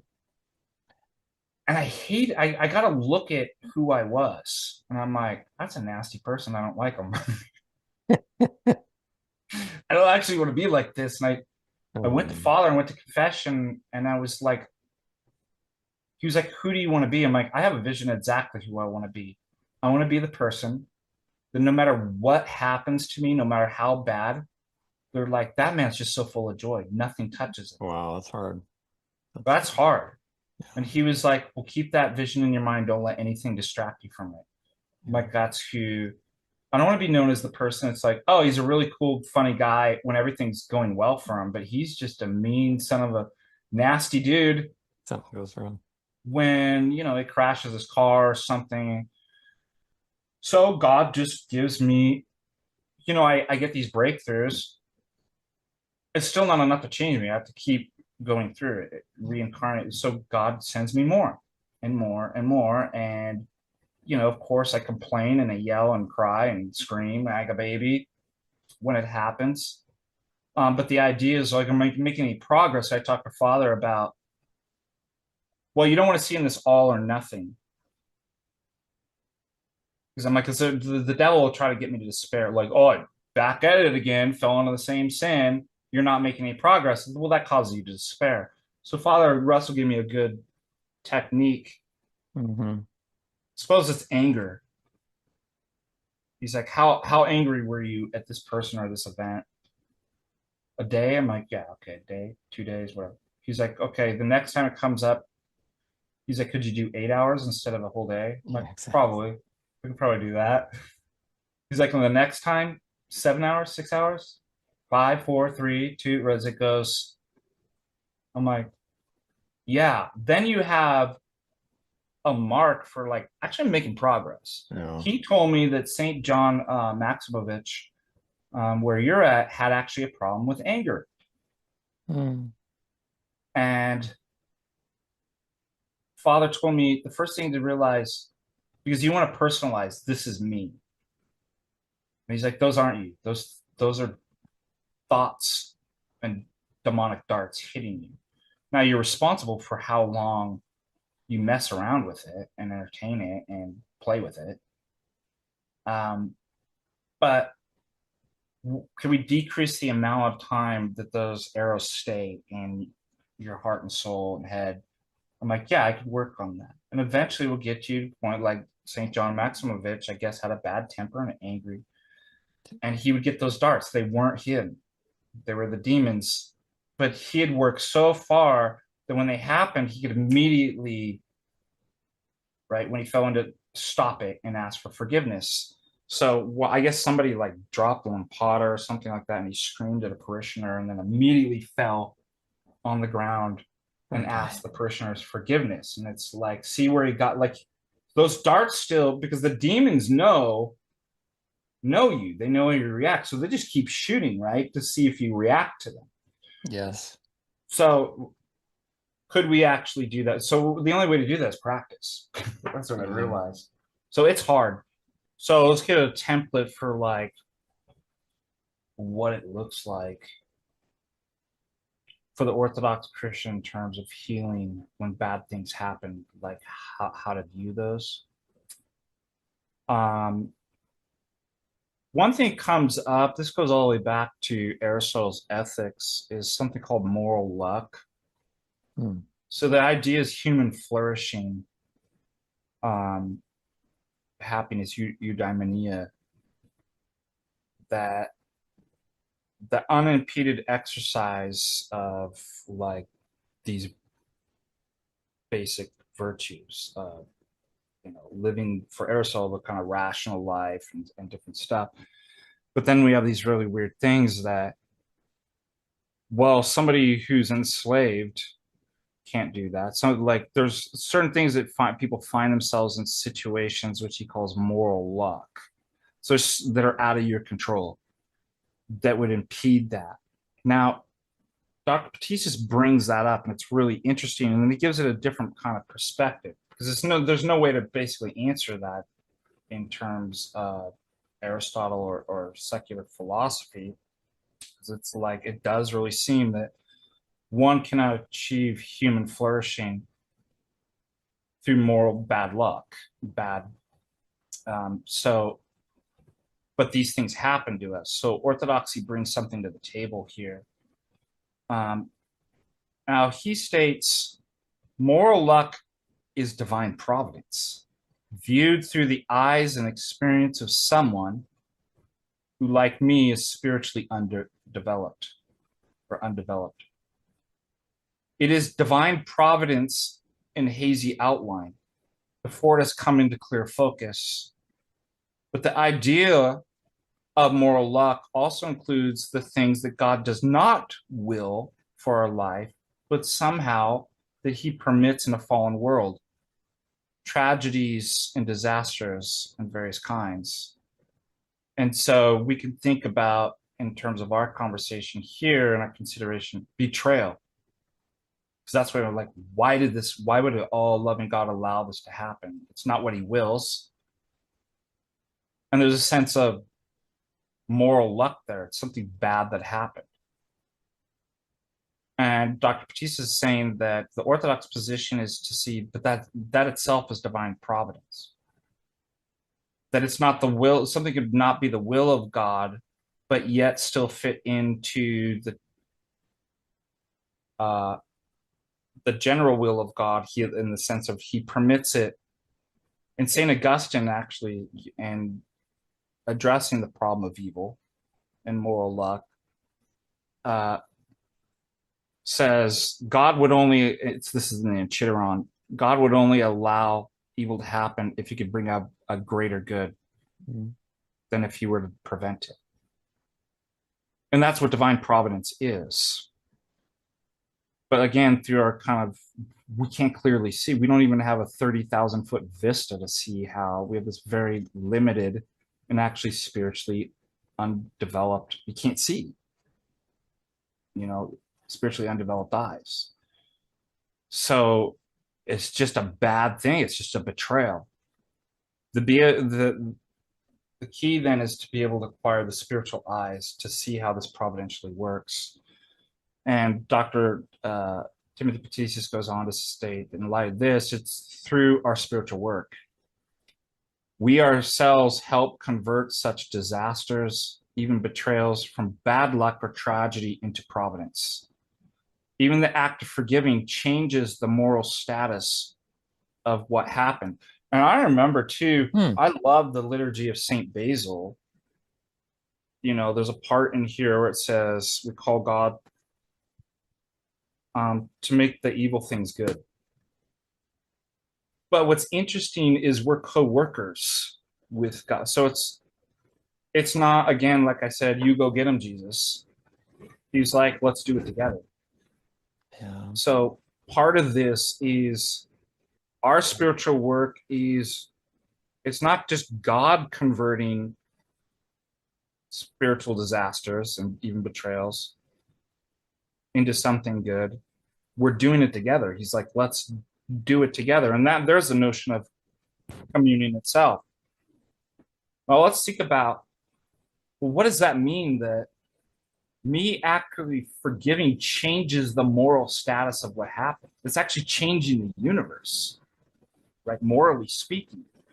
Well, let's go to scripture. John 8, when Christ is addressing the sinful woman, he says, is there no one left to accuse you? Then neither do I accuse you. And what does that mean? In other words, how badly another person hurt me in my past is in part only discoverable in seeing whether or not I'm able to recover from the injury later on. How crazy is that? Isn't that interesting? How badly another person hurt me. And it is a real hurt. That's why it says you don't forget it. But like, what do I do with it? What do I do with this bad moral luck thing that happened to me? How do I change it? Well, it depends on how I see it, right? Am I going to let it be disabilitating? Or am I going to give it a different status? Am I going to allow this to allow me to spiritually recover later on? And there's a great story. Dr. Timothy Patricius illustrates this fact by the following story. He says, quote, boys on the playground know this. He says it's one of the reasons you shake off the injury you receive in play, because to collapse from it,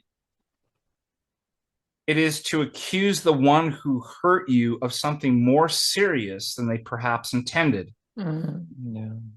And even so, my spiritual recovery is an element of easing my tormentor's condemnation. By the same token, our refusal to recover may sometimes, let's see, I'm going to pull this up because I want to see if I wrote this out right. I just, yeah, here.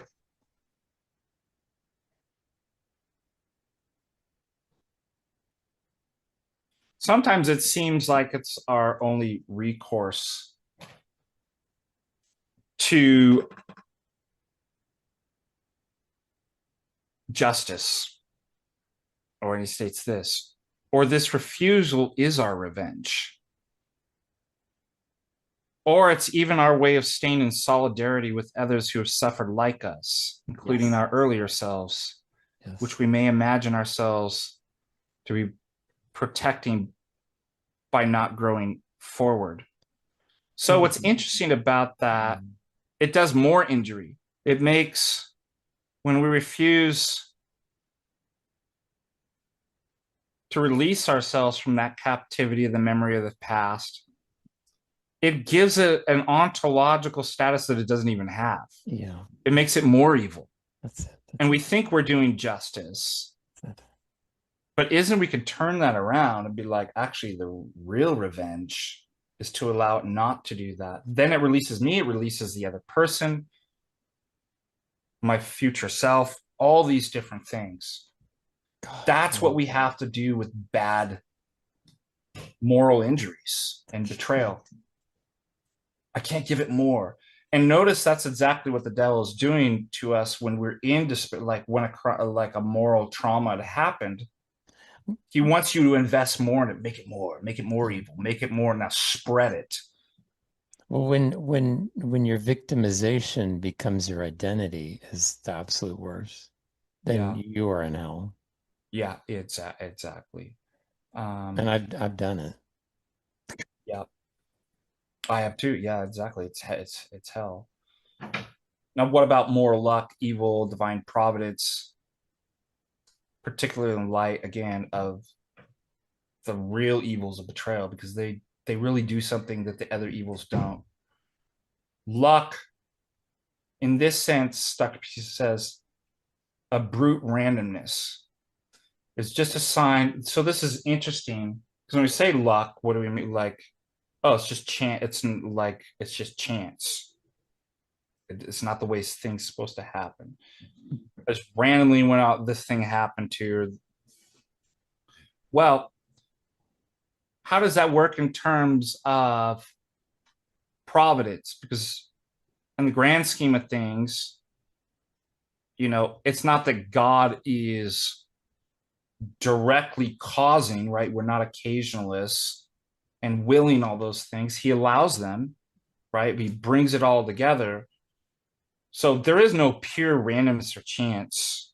Even Aristotle made this argument. Um, but there is some sense in which we use that word. So what does that mean in light of randomness? And he has this great, in terms of providence, he says, well, this is just a sign that the world is still being created out of the water deep of non-being and chaos. A bad moral luck reminds us fiscally that we are necessarily co-agents with God in our own ongoing creation. Isn't that beautiful? Hmm. These aren't the way the things, but the world's still not complete. Paradise is not restored, right? We're still in the watery depths of non-being and chaos, especially in terms of what evil and sin did to the world. But providentially, right, it's all made right. It's all allowed to happen. And then God invites us to be a co-agent with him. Let us create. Let us restore the Edenic state and even a higher state and make all things that are evil into good. Well, what does that mean? That's exactly what it means to be co-agent with God. In light of evil and betrayal, we got to do something about it. It's not Jesus, you go get him. But if we don't do something about it, if we don't, when we have those moral harms and traumas and PTSD that happen through betrayal, if we don't do something about it, it's going to drown us back into the dark waters of chaos. So God empowers us with that divine life that we can do it together. We can transform this. And it's not by our own works, right? Like just, alone. But remember, Ephesians 2:8 says we're saved by faith, by grace through faith, not by works. And what it's saying is, well, if grace is God, faith is a work, it's an action. You can't be saved and save others without what? God, grace, and without actually working. So it's contrasting in terms of like works apart from it. You working apart from God and faith doesn't do anything. That's all that verse is saying. So it's the same here too, that um, any type of luck that happens just says to us faith, action, works, God, pray without ceasing.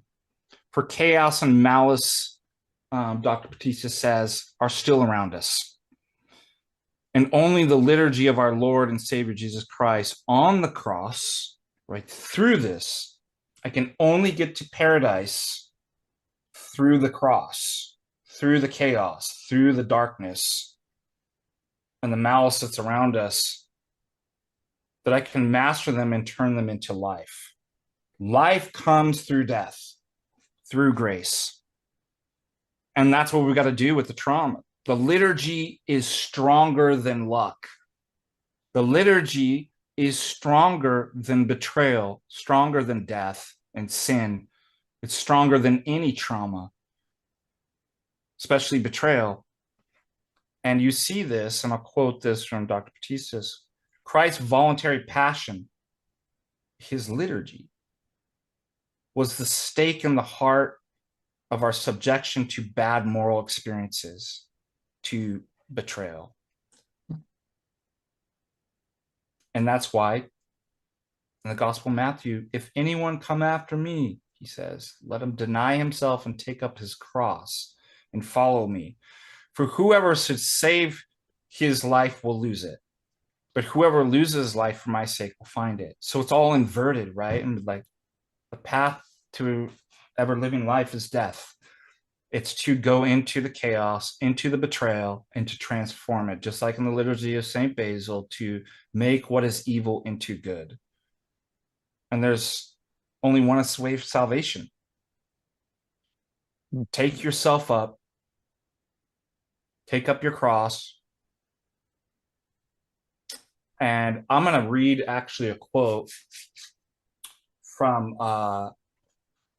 Dostoevsky's Brothers Karamazov. I don't know if you like that. I love it. My favorite. Yeah. This is the part with the Russian monk in chapter 3. Oh, I love it. He says, there is only one salvation for you. Take yourself up and make yourself responsible for all the sins of men. For indeed it is so, my friend. And the moment you make yourself sincerely responsible for everything and everyone, you will see at once that it really is so, that it is you who are guilty on behalf of all and for all, which is a line from the liturgy. Whereas by shifting your own laziness and powerlessness onto others, you'll end up sharing in Satan's pride and murmuring against God. So that ties back into, well, what do I do with betrayal? If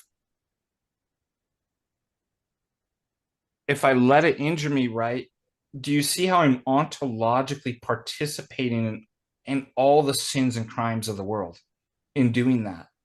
If I do not redeem it, then I'm the one who is really responsible for everything and everyone. And I take, my own life and share it with Satan and pride and murmuring against God.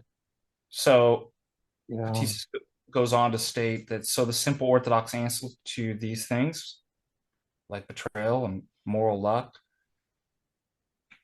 A, we are subject to moral circumstances, in particular through the sinful influence of those around us. I'm responsible for that.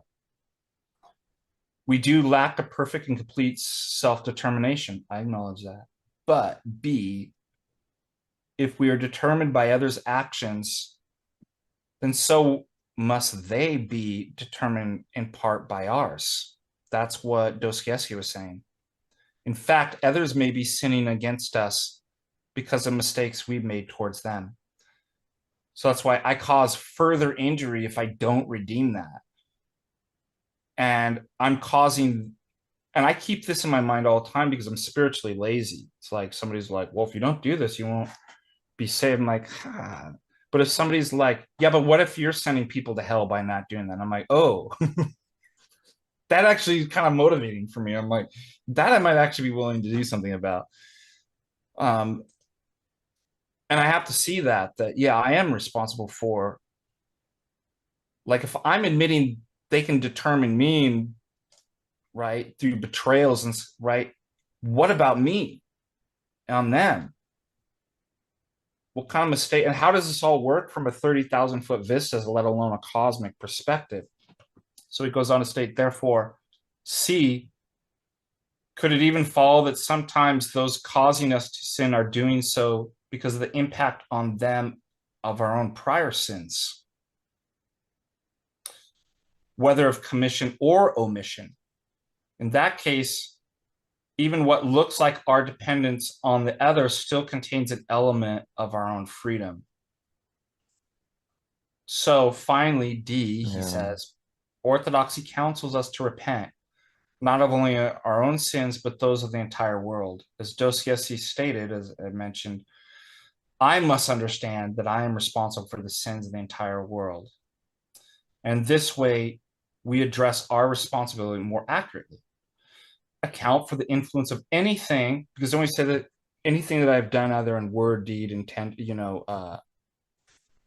uh, intention or non-intentionally, and I address my responsibility for those actions, whether knowingly or unknown, that anything that might weaken my moral agency. Why? So I can be released, so I can become free. So, do others cause us to sin? Yes. But let us repent of the sin in us that caused them, Dr. Pisa says, to cause us to sin. Do you see it's all cumulative? It's like, yeah, but it's this, and it's because it could have been, I did this. It's all interconnected. That way we become free of both our own sin and the sin caused in us by others. A passionless saint is a saint who is no longer determined by the passionate states in himself or in others, nor by natural chaos, nor by luck. That's why I understood in the act and in the confession, I know what I want to be. I want to become a passionless saint. I'm not there. I'm way far away. But there's the goal.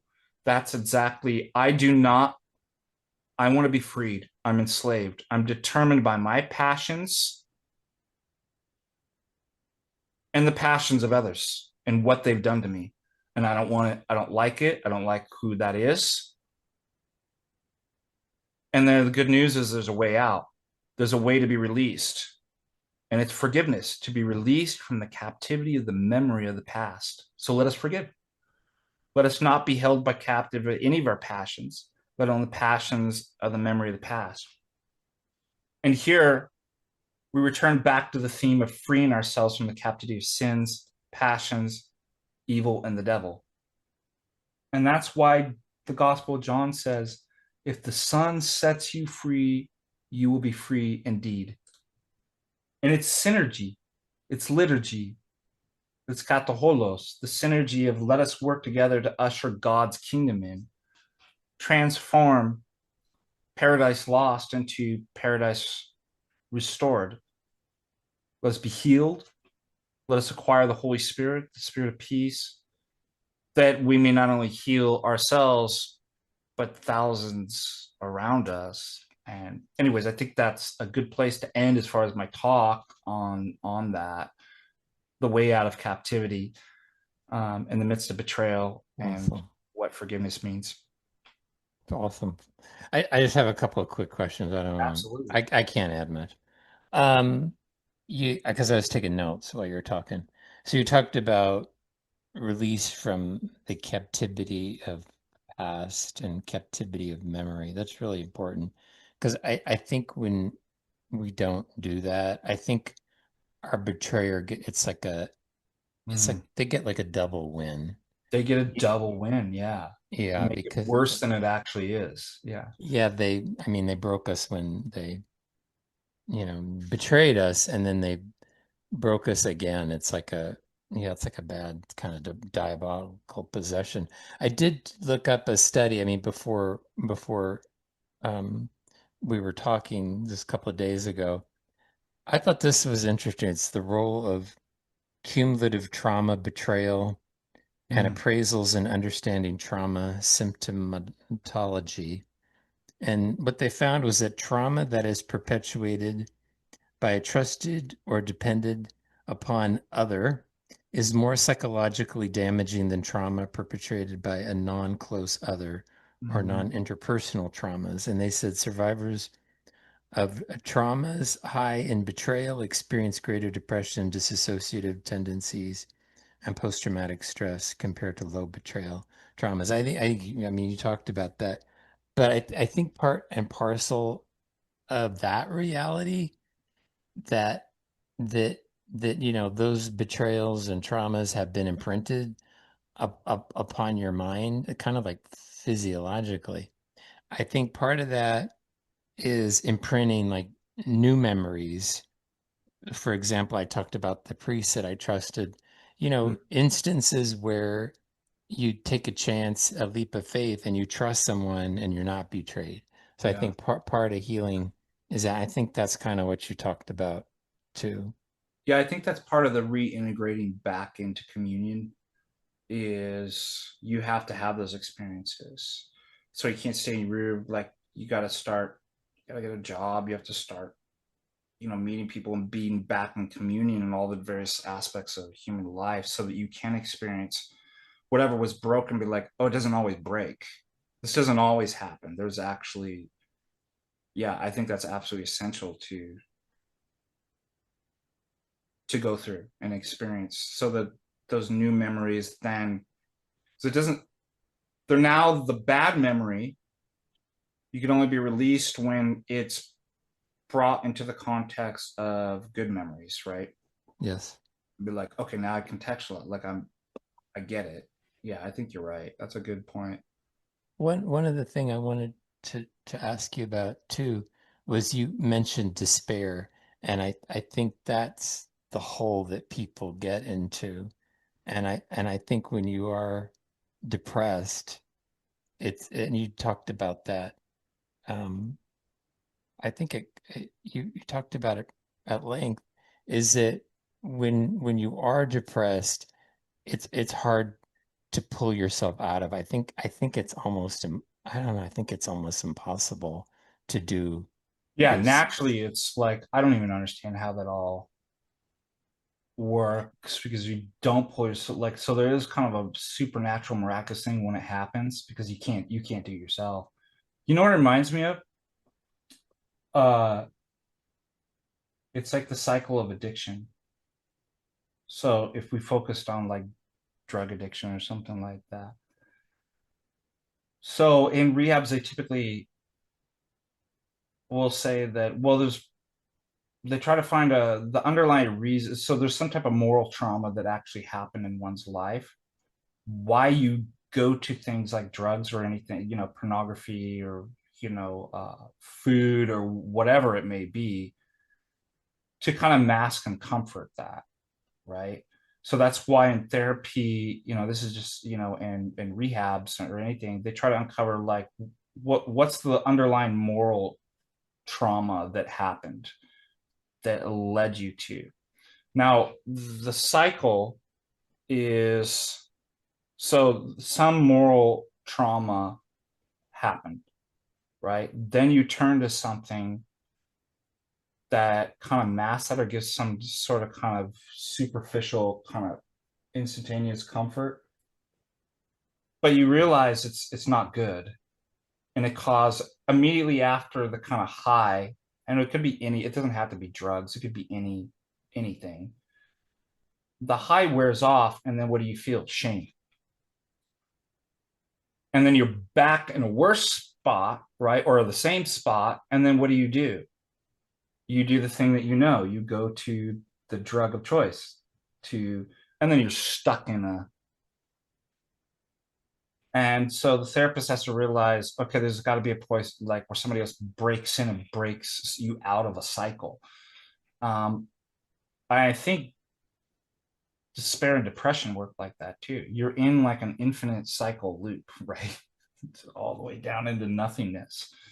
Um, there's your thoughts are causing you to be.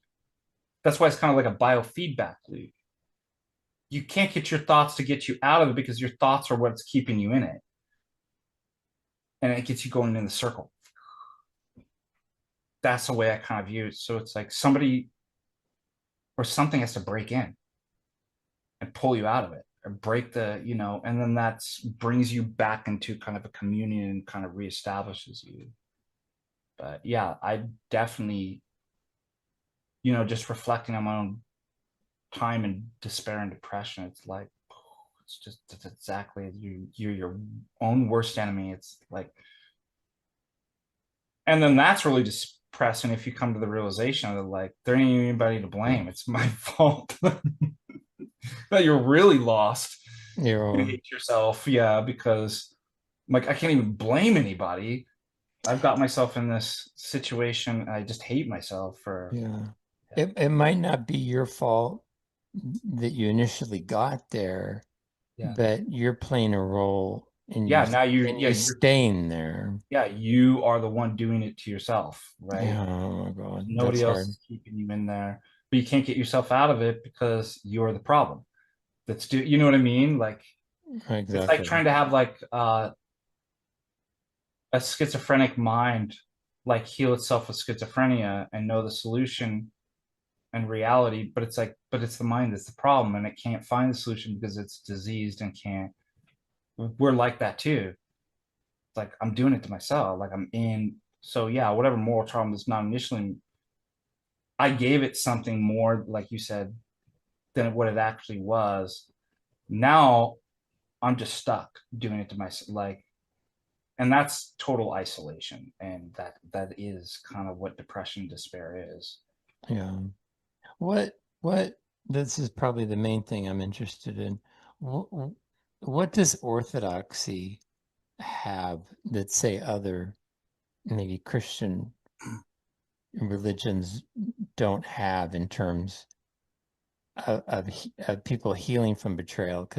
Because if, the church is a hospital, why is it more efficacious? Why is it more successful at healing these things? And you talked about the liturgy. I mean, I know that when I was deep in despair, I had decided to not take part in any type of organized religion at all. And then it took like a leap of faith and sort of a willingness to trust again and to have hope that the outcome would be, different this time after that not being so over and over again. And I mean, I understand that orthodoxy has brought something different in my life, but I really can't. I don't know if I can express it that Mm. well. Well, it's beyond words. I mean, What is it? What is it that orthodoxy offers to someone, I mean, who's been betrayed, that yeah, say like Protestantism or Roman Catholicism, and whatever Protestant doesn't. Roman Catholics have right, they have elements of truth. That's Orthodox. It's just fragmented. It's not a whole. And so only Orthodoxy is truly Catholic. Like I love the Greek word kataholos. And we had already talked about, and this would be like, what is the Orthodoxy has? Yeah, there's this lacking in other religions. Um, it's all the part. I mean, so think about we were talking about priests and Roman Catholicism. Why are the celibate and stuff like that? Well, that's connected to other things too, or that itself creates a faulty idea of anthropology, soteriology, right? Like salvation, like all these things are hinged. So it's like, well, the notion of, I would even say, who the human being is, man, what marriage is, totally different. The purpose, there's much more to in marriage to marriage in Orthodoxy than there is in Roman Catholicism. Um, and so what I think why it's not as successful is because it's fragmented and there's errors in. the way that we understand relationships, salvation, anthropology itself, healing. I would say too, specifically Roman Catholicism and Protestantism is plagued by exactly what Dr. Timothy Batista says, critiquing Western secular psychology. Is It's totally analytic, it's propositional, it reduces everything to the rational. And he says, even with Freud, to get to this irrational subconscious, uses an analytic rational, like, so he reduces mankind to, so everybody's doing this, everything's just cognitive. And then, Protestantism and Roman Catholicism, I really see for me, is this kind of abstractionism. It's impersonal. So if the trauma is the person, the further trauma is to depersonalize and impersonalize stuff. Like, let me offer you. So what is Protestantism? It's invisible. It's an invisible church of what? Of all believers. Well, what are believers? The set of these arbitrary propositions about doctrine that I put together, right? It's not a person. You know what I mean? It's abstract. It's invisible. Well, what is Roman Catholicism? It is a Platonic, abstract, theological Dungeons and Dragons game of a bunch of systematic rules and scholastic distinctions and stuff like that bears no resemblance to what's actually going down, boots on the ground, what's happening. And you saw this too with the issue. I'll give a perfect example, two examples.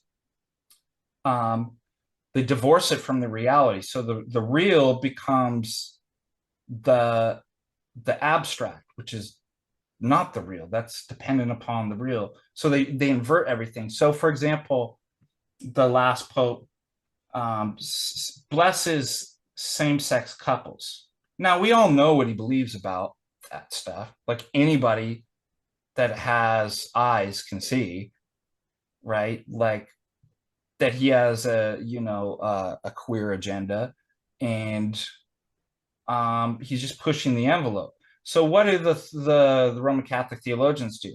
Well, yeah, well, don't look at that.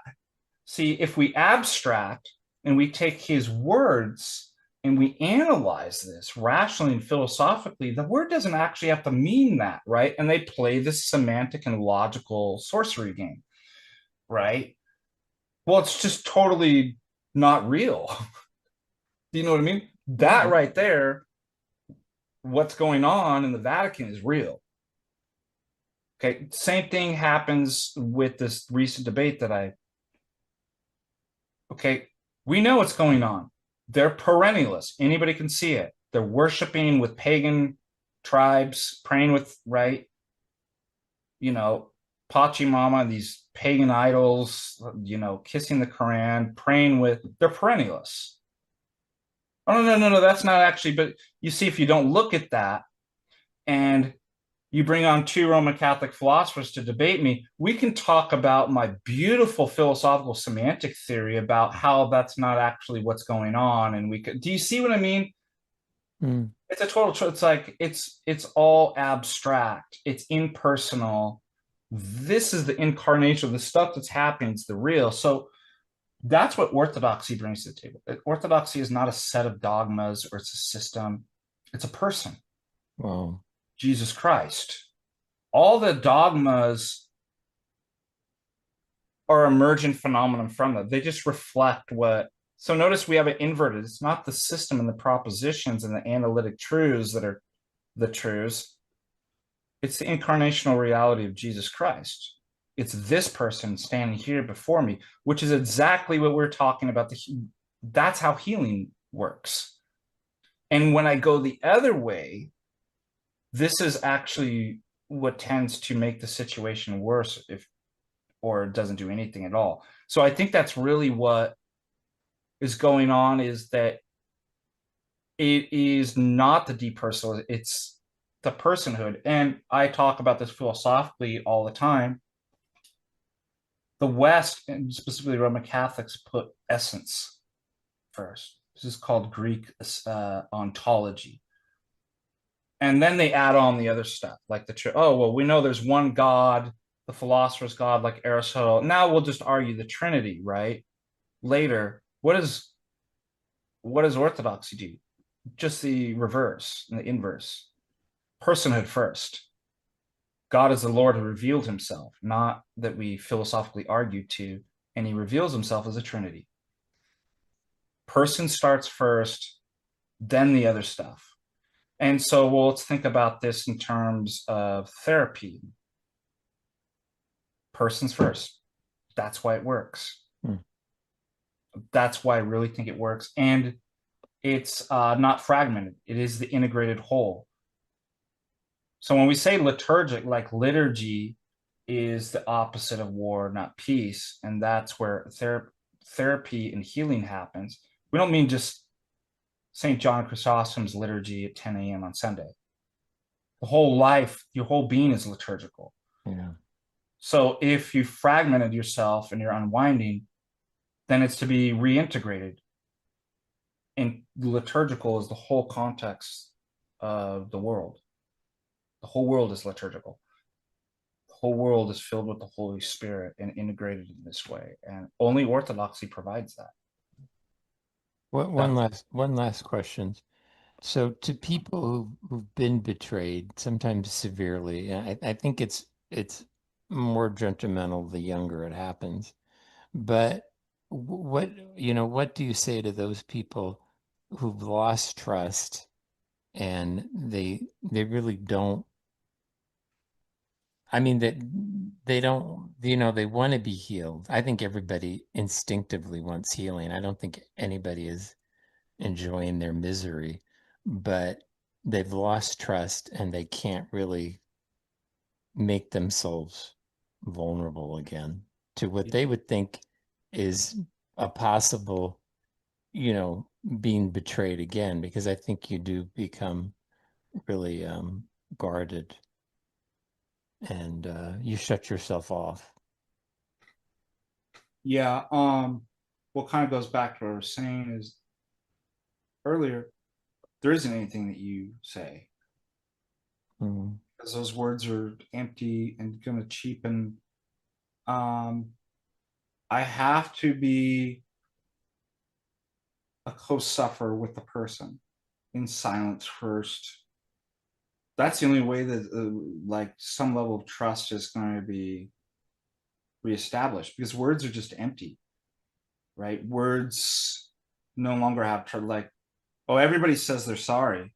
Everybody said, you know what I mean? Those are just, well, then you've got to be there with the person and be like, I can cry and suffer where maybe you're not at that point yet. And that's what, like I said, I bring, for my own life is I'm further down the line, down the road, having experienced suffering. Okay. Another person who hasn't got there yet. And I think that's what Dr. Timothy says, hasn't learned to cry and hasn't learned to kind of to go through those. I can do it for them. I've been there. And I can just stand there with them. When they see that that's authentic, Yeah. that this person does care and they're not saying words yet, then a communion there, you're bringing them back out of the nether regions, right, of excommunication. You're reestablish, that's what trust is. There's a level of trust. And then just the kind of small things too, when they get some trust too, of you know establishing just some kind of small daily healthy habits. Do you go out for a walk? Do you have some work? Do you have a job? I know that's one thing that's really big with Father Hans and the Brotherhood too, is whatever these young men are going through, whatever the particular traumas or passions, Do you have a job? Right? We got to get you like first things first, right? You're not going to ever, it doesn't matter how many wonderful breakthroughs in your mind you're going to get. You're not going to be healed just sitting in your room on the computer all day. Oh You God, got no. to like get reintegrated back into society. Like you have some work to do, like, a job and, service and stuff like that. So I think that's important too, to get somebody. It's not going to happen all at once. It's going to be a long journey, but to get somebody to then start meeting people and seeing with the eyes of discernment of people, like I could trust this person, like I could. So there's a lot of kind of baby sets and a lot of kind of fundamental pieces too, just on basics that people might not even think about. Eating healthy, you know, you're probably not going to get yourself out of the mindset if you feel tired and sick and depressed all the time because you're eating the wrong types of food. You know what I mean? Very well. Yeah. So all of those, that's part of what it means to be liturgical, is it's the whole, it's all the pieces together. Orthodoxy isn't something, it's something that you are. It's not something that you do. Yeah, it's a great. I think I heard that from Father Seraphim Rose. That's good. Th I got my thank Father Surf and Rose shirt finally from Death to the World, so I like. oh good. Yeah, he's a special person to me because I think he overcame quite a bit in his life and a lot of doubt and a lot of suffering, but I think he came out far You can better. see it, right? And here he's healing us through the suffering that he went through. Yes. So that's what it means to like take something that was really evil. It really is. We're acknowledging it. It's there, it's evil, the bad things, and make it good. I mean, the fact that he can help us through that, that's that's it. It's amazing, isn't it? And then it encourages me the way forward. I'm like, oh, this is how he does it too. Like, this is, I want to do that. I want to be, helping healing as well. Thank you, Father Deacon, for spending so much time. Yeah, absolutely. That was awesome. Thank you.